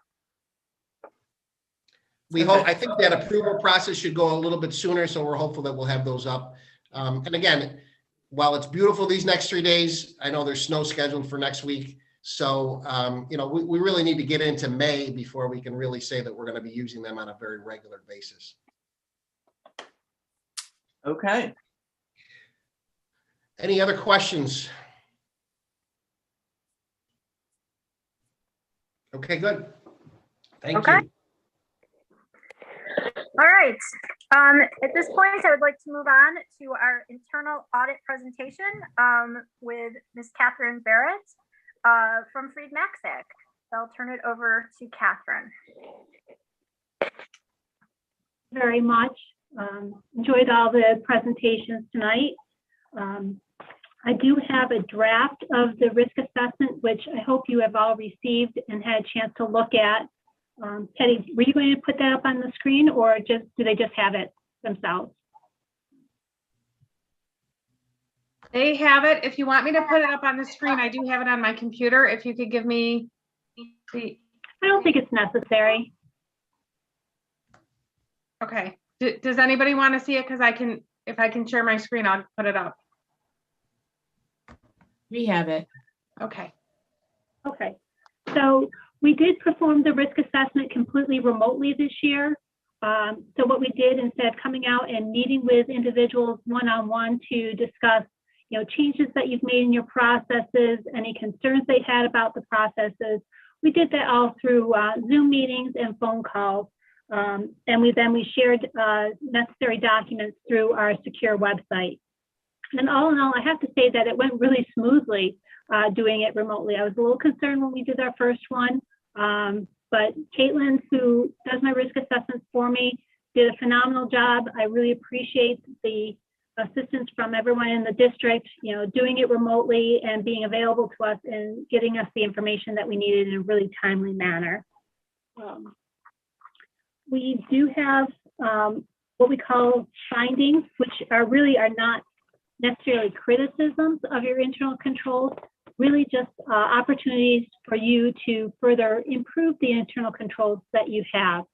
You've done a really good job over the years of, you know, as we make recommendations, implementing corrective actions to address those findings to further improve the internal controls. But the control findings that we have, they start on page 3, and there's just a few of them.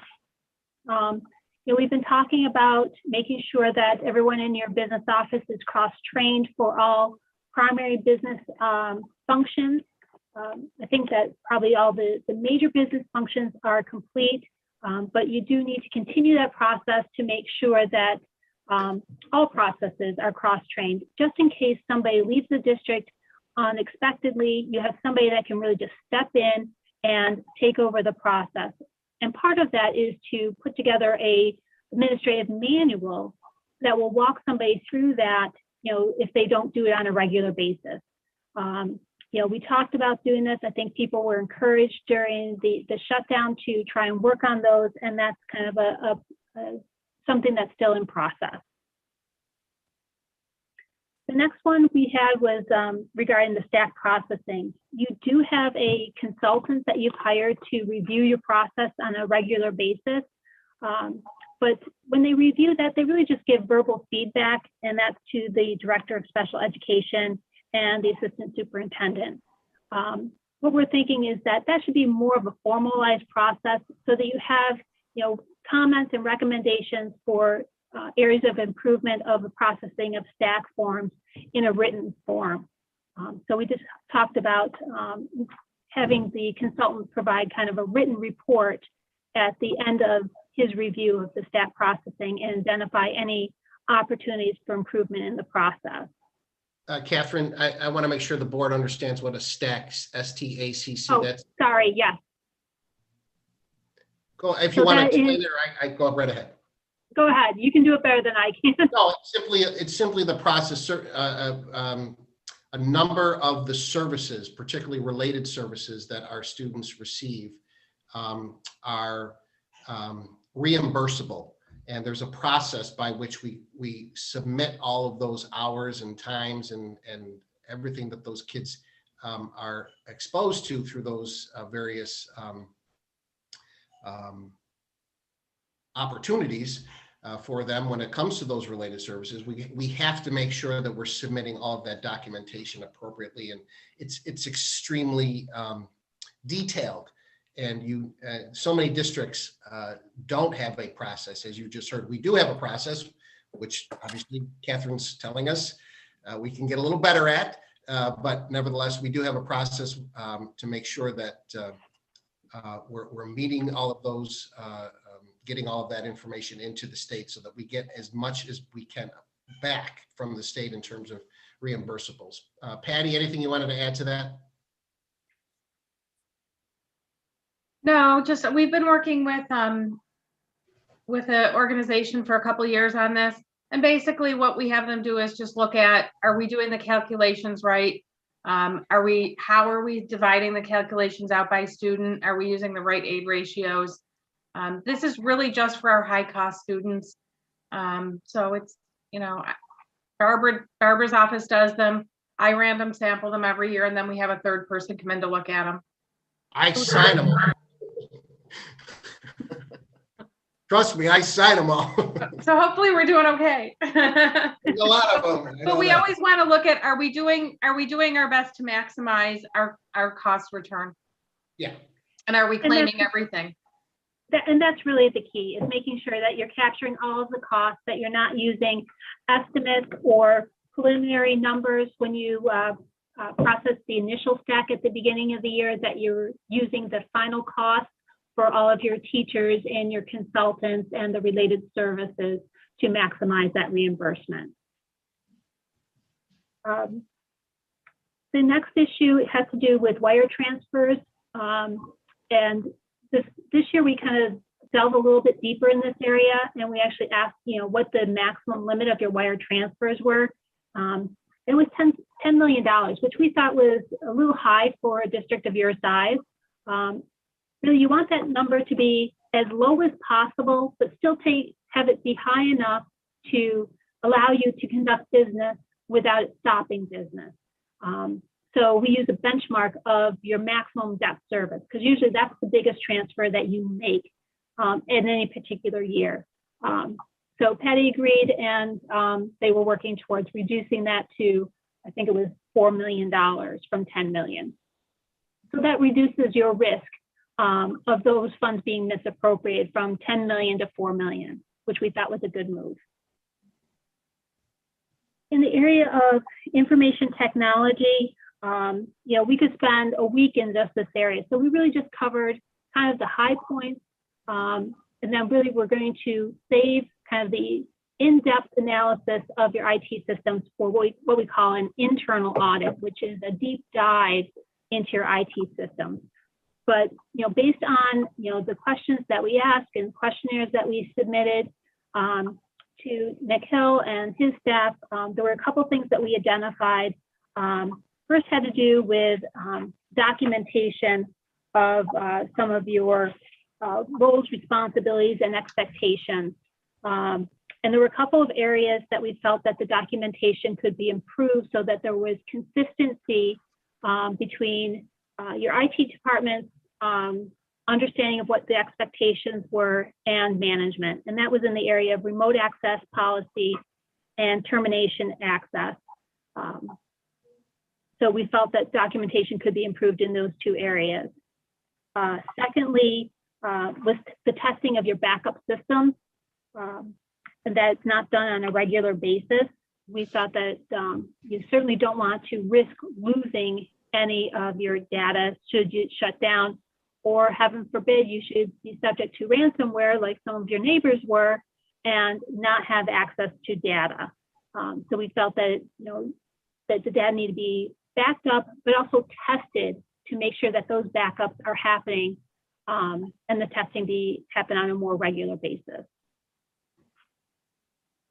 So those were the things that we identified in this risk assessment that we felt that the district could improve upon. There were a number of corrective actions taken from our previous report. Those are listed on page 6. What the finding was and what the corrective action taken. And Patty and her staff have worked really hard to make sure that as we identify opportunities for improvement, that they're taking advantage of it and implementing those processes to the extent that they can. Page 6 and 7 is what we call our heat map. And that really identifies where your risks are, kind of in a picture format. So you have a lot of green. Green is good. The areas that are red in your financial inherent risks, those are areas that are going to be red for every single district, because that's where you either get your dollars in or you spend your dollars. So, that's an area where if you have even a small control deficiency, it could be big dollars for the district. So that's why it's red, and it's inherently red. So there's really not a lot that you can do because that's where your money lies. Where you can really implement some good changes that will impact your risk is in the control risk factors. And you can see you only have a couple of areas in that section that are yellow. Overall, you see your risk scores to the right of the page. You have a minimum score of 200 and a maximum score of 600 in every one of those areas. So you can see every single one of your risk scores. If they're not at 200, they're not far off. The highest risk rating is in the IT system, and even that's at 245. So overall, we think you do a really good job with your internal controls and making sure that internal controls have been implemented and are working appropriately. Any questions on that part of the report? No, it's good. Okay. The rest of the report really just talks about, what the process is, the controls that are in place, to give you a basic understanding of the controls that are in place, since you have the responsibility as the audit committee to evaluate the internal audit, the risk assessment, and also how the district is doing as far as risk assessment. The last thing that I really wanted to bring to your attention is page 21, which is the audit plan. So what we do is when we look at your risk ratings, we look at those that scored out the highest and say, okay, these are the areas that we think that you should consider having a quote internal audit, which is a really in-depth audit of those specific areas. And last year we talked about IT, and we said, well, let's hold off a little bit on IT. We want to get some things in place and then reevaluate it. So, we have been talking to Patty, and we did provide the district with a proposal for an IT risk assessment. And Patty, I don't know, did they get a copy of that proposal as well? I sent it, we got it late, so I don't know if it made it for this board meeting, but it'll definitely at least be on the work session. Okay. I don't know if Marissa was able to get it out to everyone yet. Okay, so we talked. I have it. Do you want me to share it? Oh, sure. That'd be great. So we met with Patty and Nick to kind of review the proposal so that they could understand. And there's a lot that you can do here. There's a lot of options that are available to you. And we can fit this to any kind of scenario that you like. We certainly don't want you to pay for something you don't think you need. At the same time, we know that you have budget constraints, and we want to put together an internal audit plan for you that falls within your budget limitation. So this gives you a lot of different options. Patty, I'm looking at, I think it's page 5, that grid. And what we had discussed was starting out with actually making this kind of a 2-year internal audit and addressing the penetration testing area of this first. Felt that that was the area of greatest risk at this time. So we're looking at options 7, 8, and 9 for the district before the end of this year, looking at conducting most of that work in May and June. Timing was a factor because of when you are conducting some training within the district, and we want to make sure that we conduct the internal audit after that training has been provided to everyone in the district. And the other thing that we considered is, with the process review, in talking with Nick, he already understands that you have some gaps in some of your documentation as far as plans for business continuity. He really wants the opportunity to close some of those gaps before we look at it and make sure that there aren't any remaining gaps. So it didn't make sense to test a system that you already knew that you needed to do some work on. So we're going to wait and possibly tackle that area next year after the district has had an opportunity to close some of those gaps, and then make sure that our audit will kind of test that to make sure that there are no remaining gaps in your processes. Okay, did I summarize that fairly well? I think so. Okay. So kind of that's the plan based on this year and last year's risk assessment going forward for this year and for next year.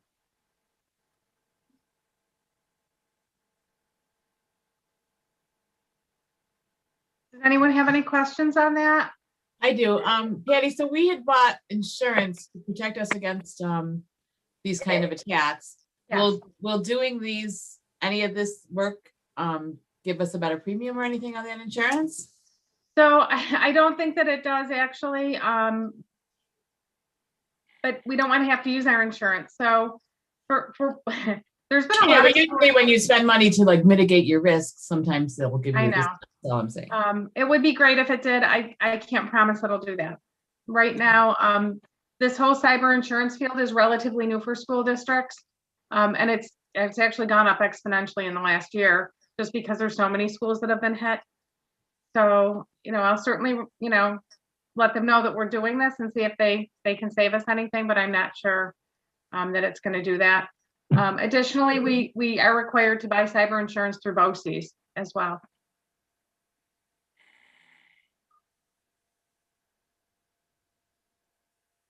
Is that because we do through BOCES, Patty?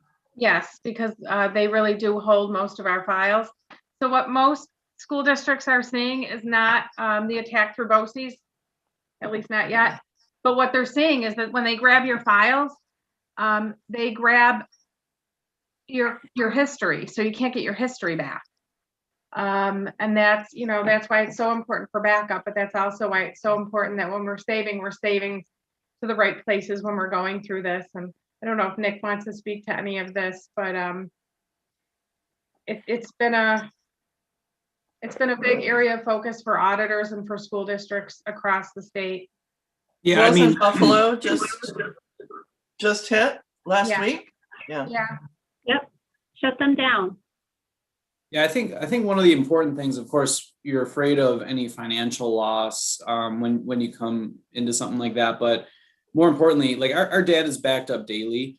But it does take, like, let's say it went down or, something was hacked, it could take some time to get that back up. And what you're really afraid of is losing instructional time for any period of time. So we want to make sure, one of the things, as you mentioned, we want to make sure we have a very clear and effective disaster plan so that we can, in the event of that, get us back up and running in as short a time as possible, and also prevent that from happening. So, having a company, having the audit is going to really help us to shore that up and, make sure that we're prepared if it happens, but more importantly, prevent it from happening in the first place. So. And just as important as a disaster recovery plan is about business continuity plan. And that sometimes takes more time because you really have to have a meeting of the mind as to what systems are most important to you and have a plan for bringing those systems online should you have an outage. And what systems need to be brought up first, and how do you bring those up, and second and third, and so on. So sometimes districts put together a disaster recovery plan, but that's actually part of a business continuity plan that they don't have.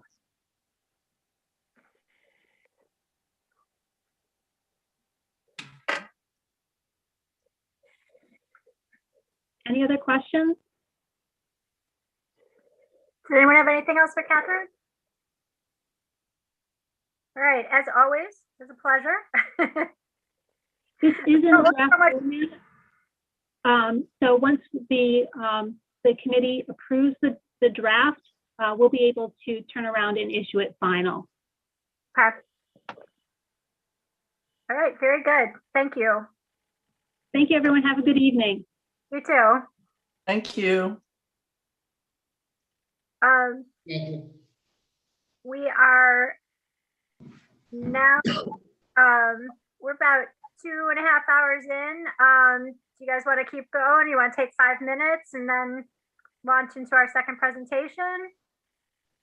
Does anyone need a couple minutes? Are we good?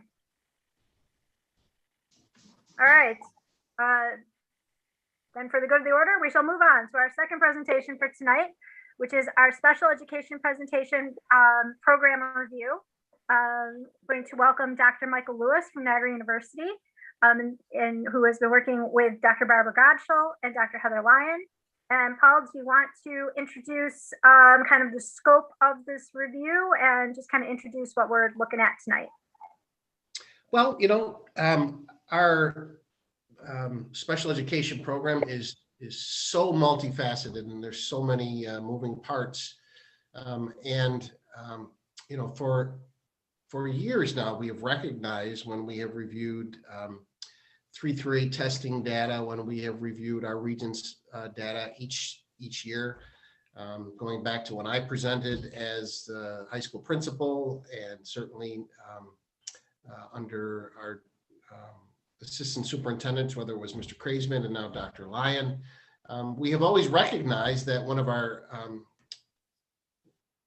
significant learning gaps in terms of student achievement is with our special education population. The other population that we see is our low socioeconomic population. Oftentimes, those two are intertwined when we look at the data. So it has been, critically important that we are constantly taking a look at how we're doing our special education programs. And this year especially, I have always wanted we have always are looking internally, and both from Dr. Godshall's office and the intersection with the curriculum office are always looking at opportunities for innovation and moving to least restrictive in terms of our special education programs. But one of the things that I have long wanted to do was have kind of an outside third party come in and take a look at what we're doing and look at it in comparison to best practice and what is current in special education, and also taking a look at what other districts in our region are doing that are similar to us. And so with this Board of Education, I'm so proud of the conversations that we have had through retreat and through our goal setting process. And really this has kind of bubbled out of that work. So, this year, even in the context of the pandemic, we felt that there was an opportunity for us to take a look at our special education program through the eyes of a critical friend. We developed a relationship with Niagara University's Department of Special Education, specifically Dr. Michael Lewis and Professor Lisa Kalinowski and some of their grad assistants, and working with Dr. Godshall and Dr. Lyon. They did an outstanding comprehensive program review over the past 3-4 months now. They've been really working on it, and we're very pleased to have Dr. Lewis with us to present what they have found in relation to that our special education program. Good evening, everyone. Thanks for having me tonight. I only regret that I had to follow the audit presentation, but I see everyone's eyes are open still, so we should be off to a pretty decent start. I'm going to share my screen real quickly and get us into the presentation.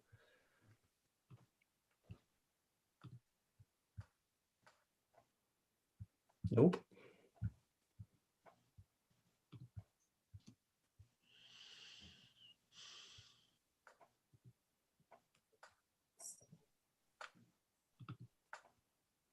While Dr. Lewis is queuing this up, I'll just say that the presentation is meant to be relatively short to allow for lots of time for questions and answers. So, Dr. Lewis. Right. So thank you, Heather. As Mr. Kaseri pointed out, Dr. Kalinowski and I are both in the school psychology program and had interest in kind of developing some strategies for special education program reviews at the same time that we had heard that the district was interested in doing a program review. So we decided to meet up and come up with a plan of action to kind of do, as Mr. Kaseri said, kind of a friendly critical analysis. Essentially today I'll be talking about, well, there'll be three different parts of the presentation. We're going to go through the methods of the program review a little bit. We'll also focus on the outcomes, which are going to include the classroom visits that I conducted, as well as the survey analysis and some comparisons to other districts in Western New York that Lew-Port is similar to. And then again, as Heather said, the presentation is purposefully short because we wanted to offer a lot of opportunity for questions and discussion. So before I get started, I want to thank a lot of people. I want to thank the Board of Ed for supporting this kind of work. It isn't common. I really want to make it clear to people who might be seeing this. It's very uncommon for a school district to be willing to go through this kind of program review in a voluntary fashion. I've been a director of special education in other systems where we had to go through a program review that was forced upon us, and it's not pleasant. I think that this is really a great sign of the foresight that the district has, and really, in a way, the confidence and really a little bit of bravery too, because it's challenging to kind of have someone from the outside come in and review all of these different things without having to do it. So I want to thank everyone for supporting the work. The teachers and staff were welcoming and great. The administrators were very helpful. And we had quite a bit of involvement from students and families, which I'll talk about in a moment. Our methods really were qualitative and quantitative in nature. We conducted, from a qualitative perspective, focus groups via Zoom, as well as classroom visits. We had 23 focus group sessions with 40 staff. Sometimes staff preferred individual sessions, sometimes it was a small group. We also conducted a day's worth of classroom visits. I visited 13 classrooms in one day.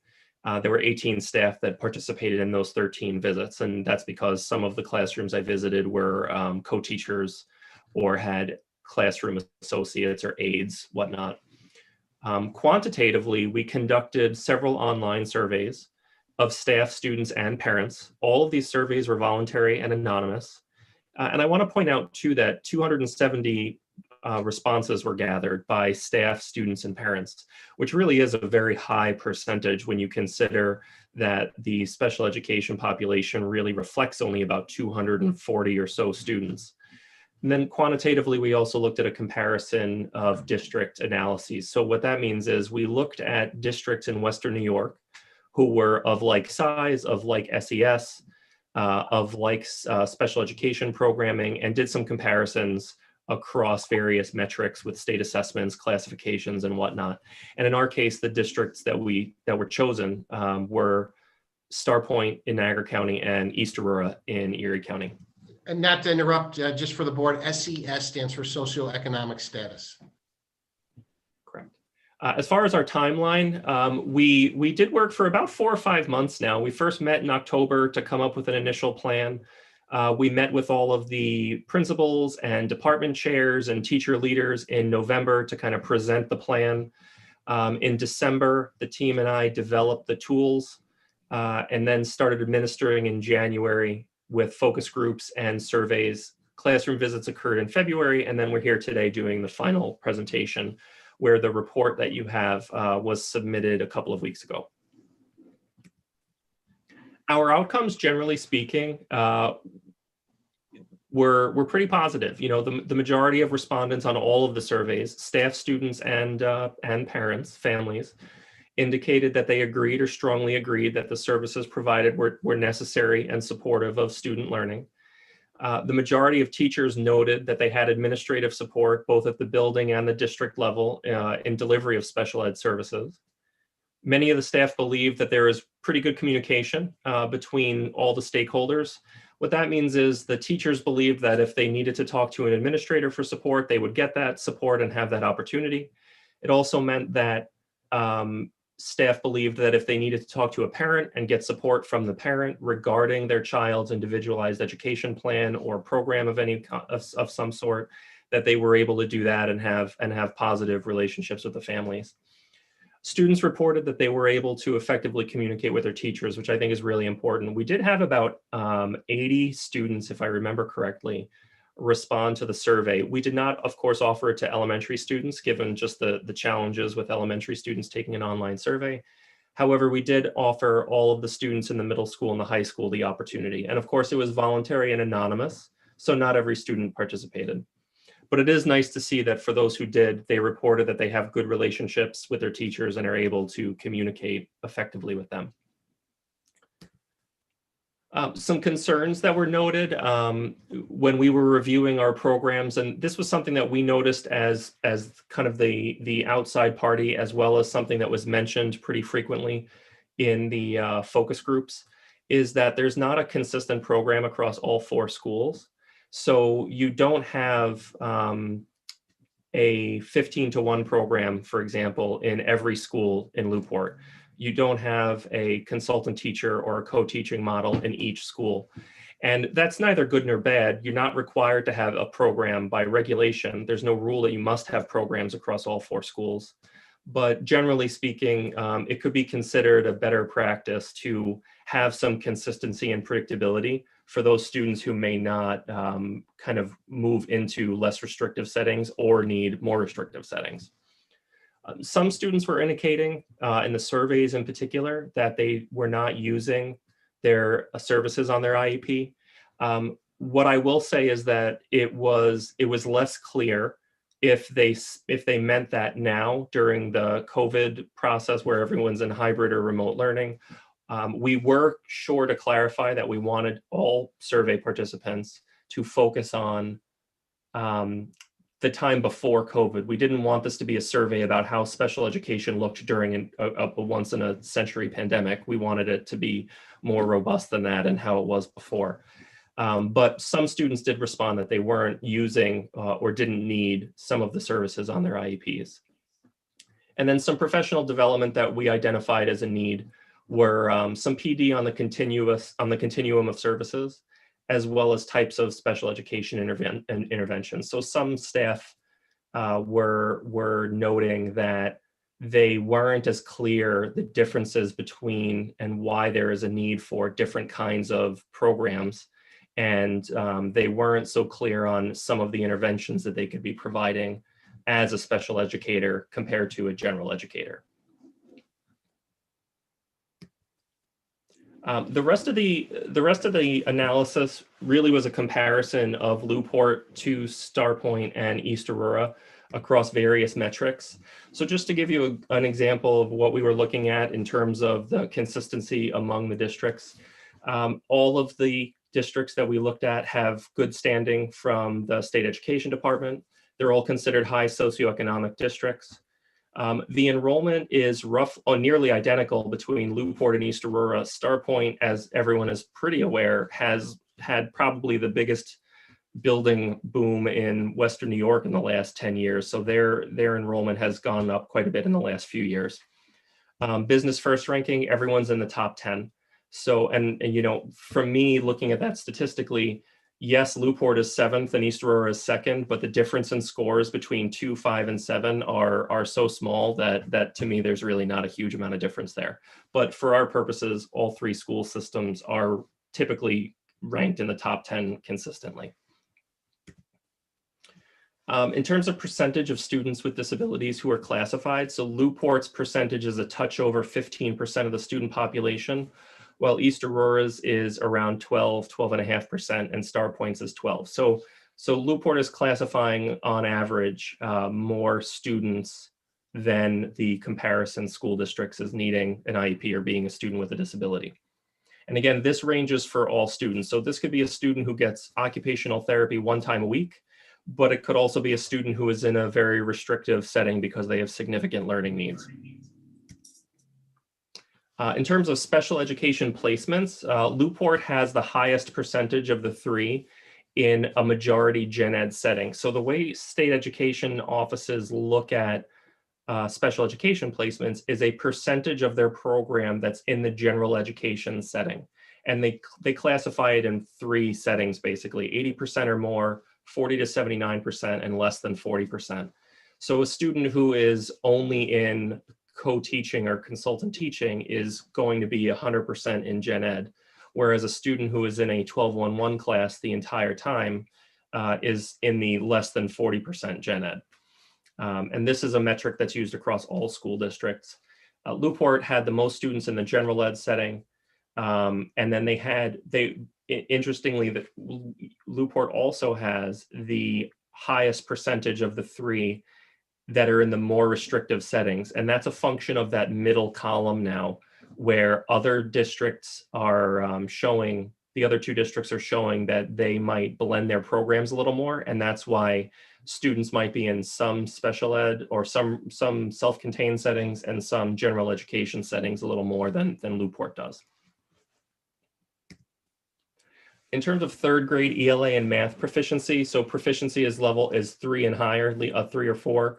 Lew-Port was scoring lower than the other 2 districts for both ELA and math of students with disabilities. So I want to remind everyone, this is not the entire school district. This is just the students with disabilities who took the 3 through 8 ELA and math assessments and scored a 3 or higher.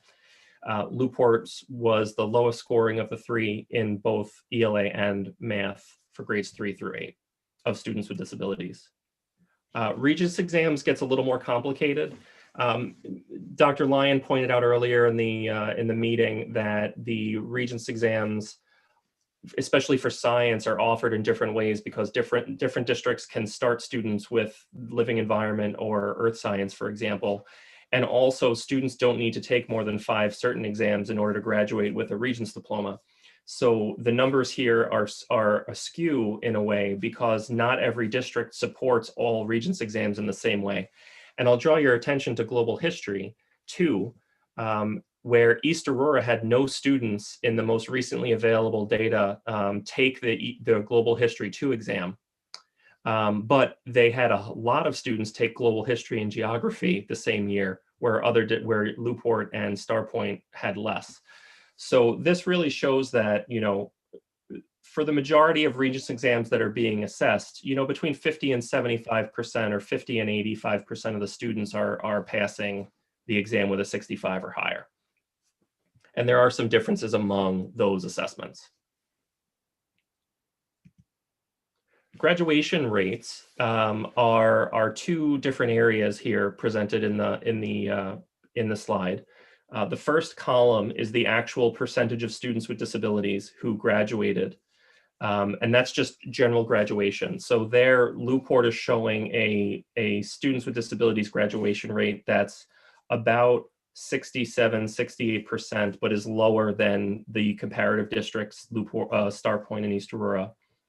They do have, you do offer more Regents, and you have more students with Regents diplomas go to commencement than East Aurora, but fewer than Star Point. So, and that's an excellent thing. You know, that's something to really keep in mind, is that as far as Regents diplomas go, so really the gold standard of a graduation is getting a Regents diploma. Lew-Port's doing pretty well. What's interesting is when we look at the rest of the programming. So in a good thing is that Lew-Port did not have any students graduate with a GED, but they have a certain portion who are still enrolled and offered many others the CDOS credential. And I want to talk for a minute about the CDOS credential, because that is something that's relatively new in the state of New York. It's been pushed over the last 4 or 5 years, more significantly really than ever before. And East Aurora and Starpoint did not show data for any students graduating with that credential, where Lew-Port did. So while that's not a high school diploma, it is still a valid representation of work readiness for Lew-Port graduates. And that's something that Lew-Port is clearly doing in ways that the comparison districts aren't really addressing. Where there might be some area for improvement is focusing on a local diploma, which again doesn't have the standing of a Regents diploma, but is still considered a legitimate credential, and graduation with a high school diploma would be represented there. And then if dropouts, I want to say that while it looks like Lew-Port has a higher percentage of dropouts than the other 2 districts, I want to keep in mind that we're only talking about, again, students with disabilities. This is a very, very small number. So while the percentage is, while the bar looks higher, I really want to stress that in all cases, we're talking about fewer than 8 or 9 students. And I will stop sharing my screen, and I'm happy to take any questions or participate. Like Dr. Lewis, very appreciative of the work that was put in. Obviously, the board is able to see that there's a much more extensive report, 28+ page report that goes into great detail on some of the work and what was uncovered. And that will be shared as well on our website as well, so that the community can kind of dig into that as well. So, but I do want to have the board make sure that they take a deeper look at that report. And if any questions are generated, please forward them to me and Heather and Dr. Godsall, that we can forward them on to Michael Lewis as well. I really wanted to thank everyone that was involved in this, putting this review together. The Special Education Committee, the board committee, was actually convened a couple of years ago, and had, this year we really had a discussion, during the retreat, that it really needed to find its charge. And I really want to thank, Mr. Kasseri and Dr. Godsall, Dr. Lyon, working with Jen Klemick and Danielle Mullen, the board representatives on that committee, to really get this moving forward, and to thank Dr. Lewis for all of the work on this, because this has been amazing. This presentation was just a culmination of that. So I'm going to open up to the board with any questions. Well, let me just say, is piggyback on that. I mean, clearly there's some work to be done. These numbers that Dr. Lewis shown, particularly in using the comparison of like districts. I use similar districts when I used to do my comparisons when I was giving reports going back to 2005. And we really haven't been able to bridge that gap in terms of those numbers have been pretty consistent in terms of our students with disabilities and in terms of gaining our graduation rate, Regents diplomas, and our dropouts, those kids that just seem to ultimately not gain either. That's not to say that they don't go on and get a GED. They may do that beyond the time frame that is measured by the state. But that number of 6, 7, 8, or 9 in a cohort of say 30 students or 40 students in any graduation year is, it is significant. And it's certainly something that has been kind of consistent over the years. So it's something that we need to really delve into and address. And I think it will be a key component to our conversation as we move forward with our special education program, as we move into board retreats in the summer, and then of course administrative retreats as well. We've got some good data and some solid recommendations that came out of Dr. Lewis's report that we can hone in on as we move our program forward.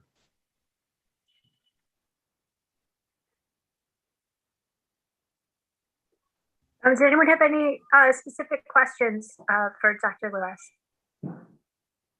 Much like the strategic plan, I'm the type of administrator that doesn't like to do these things just to,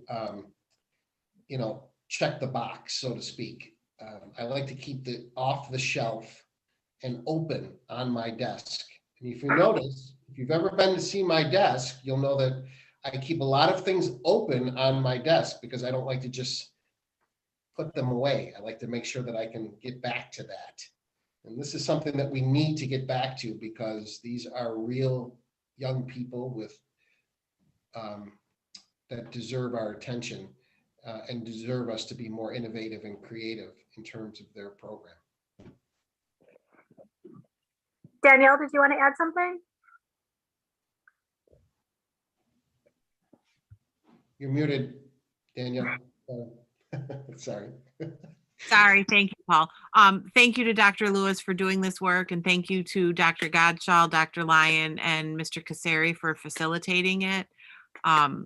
I'm appreciative of what Paul said, that, he's going to keep this open on his desk, and it's not just going to be a box check, that we're going to, to continue to innovate for these kids because they deserve the best that we can offer them. So thank you.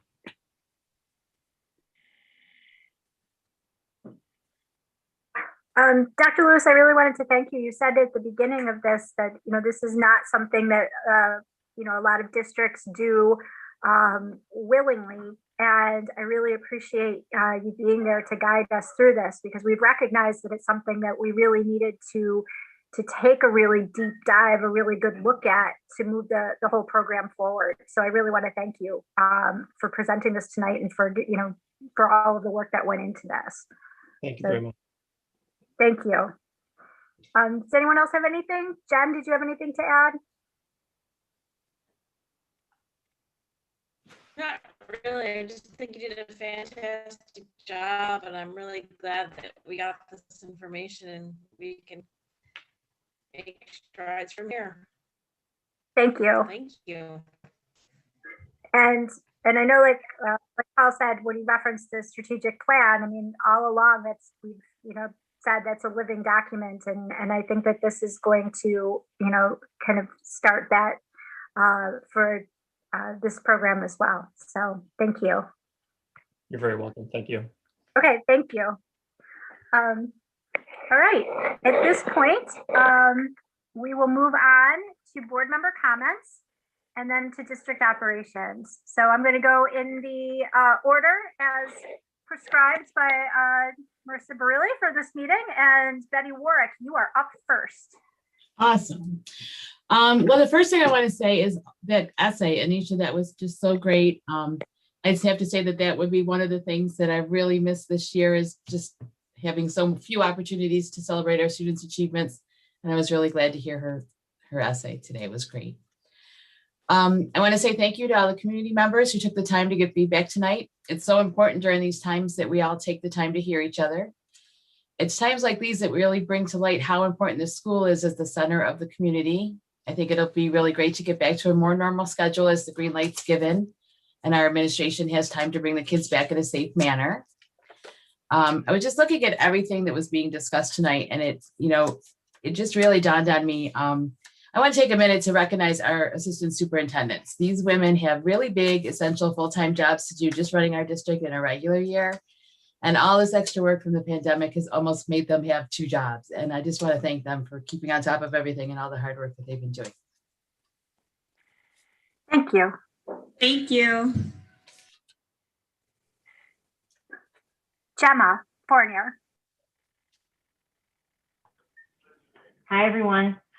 Congratulations to Anisha Singh. It was a great presentation. Thank you to Jill and Karen for all your hard work. Also, I appreciate hearing the community comments. and thank you to everyone for sharing your presentation. It was a lot of work, hard work that goes into all you do. And I can't wait to see the art gallery. Thank you. Charlotte Hoopsman.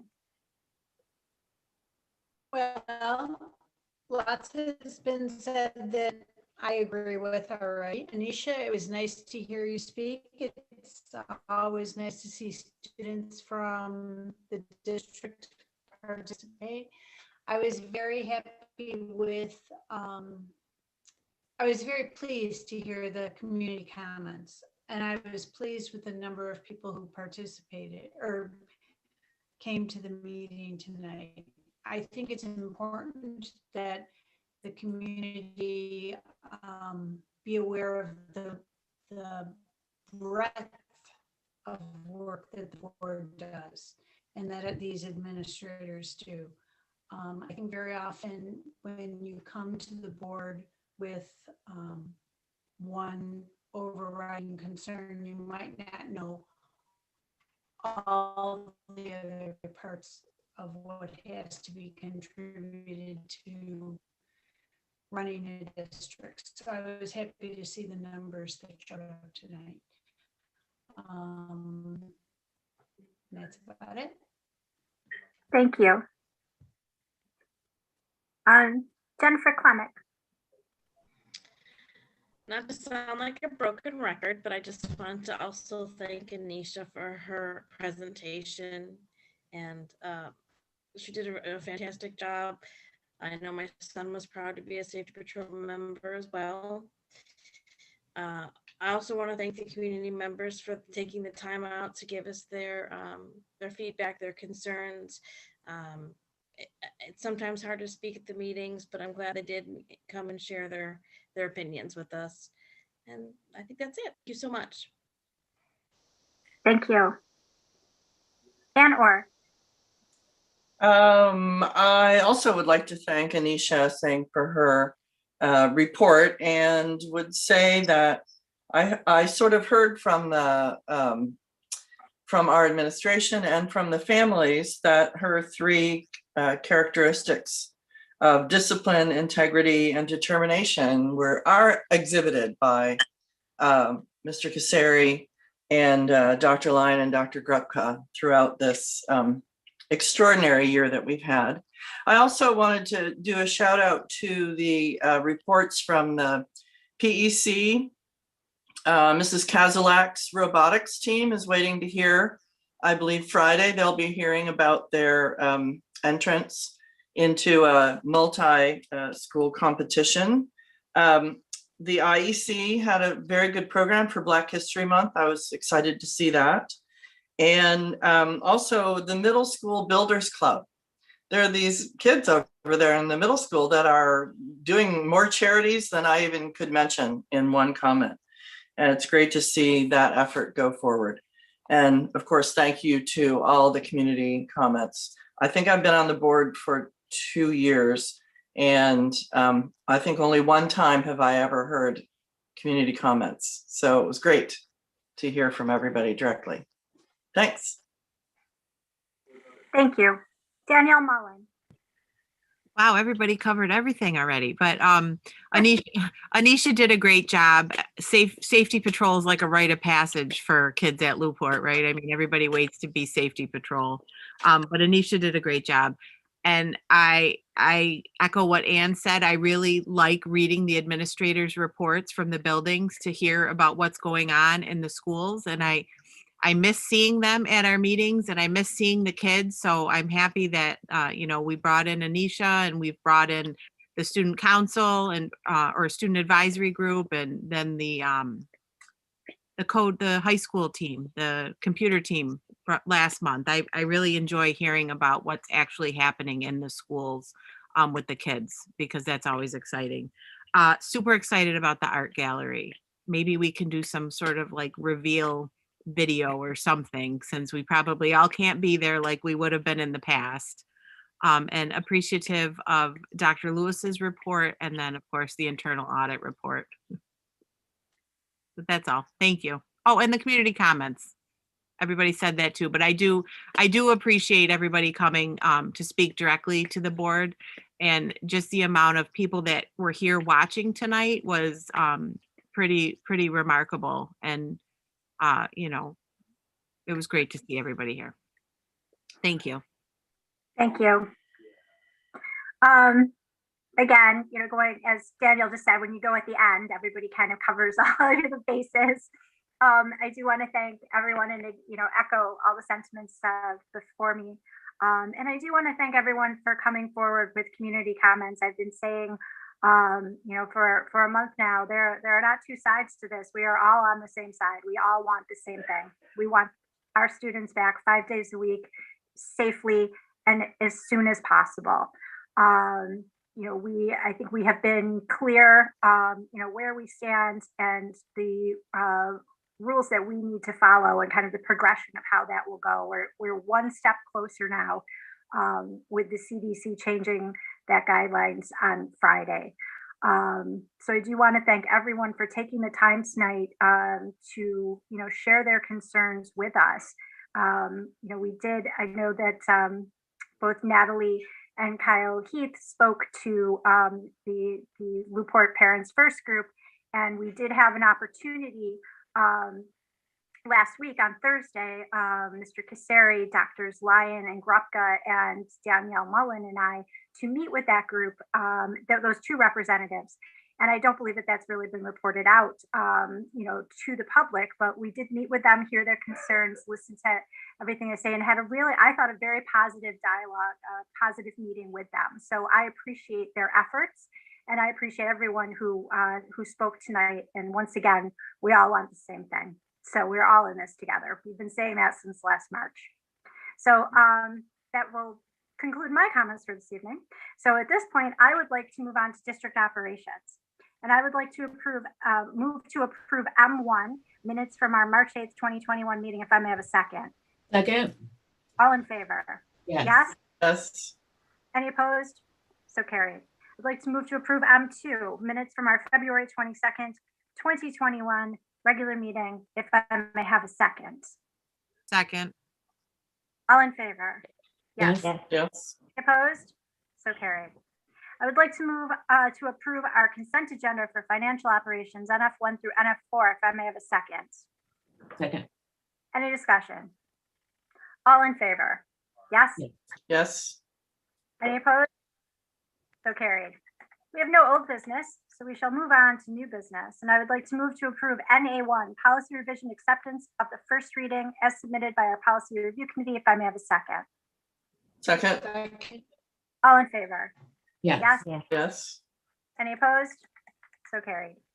I'd like to move to approve NA2, policy revision acceptance of the second reading, once again, as submitted by our policy, if I may have a second. Second.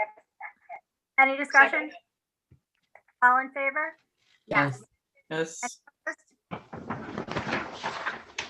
like to move to approve NA3, approval of the public employer health emergency plan, if I may have seconds. Second. Any discussion? We did mention that this is a new added requirement to school safety plans and the health emergency plan. And is largely in response to the protocols now in place as a result of the pandemic. So these plans were vetted by all of our bargaining units, and I shall now, all in favor? Yes. Yes. Any opposed? So carried. I'd like to move to approve NA4, approval of the school calendar for 2021-22, if I may have a second. Second. Second. Any discussion? All in favor? Yes? Yes. Yes. So carried. I'd like to move to approve NA5, approval of a new position. If I may have a second. Second. Second. Discussion? It's pretty straightforward. In our notes, we're just creating this position, which is actually in lieu of a retirement, and this will kind of straighten up this position going forward. So, all in favor? Yes. Yes. Yes. Any opposed? So carried. I'd like to move to approve NA6, approval of the internal audit and corrective plan as outlined in our earlier presentation by Fried Maxick. If I may have a second. Second. Any discussion? Yes. All in favor? Yes. Any opposed? So carried. I'd like to move to approve NA7, details of the annual meeting, and I will now read this aloud. I'm just kidding. I may have a second. Second.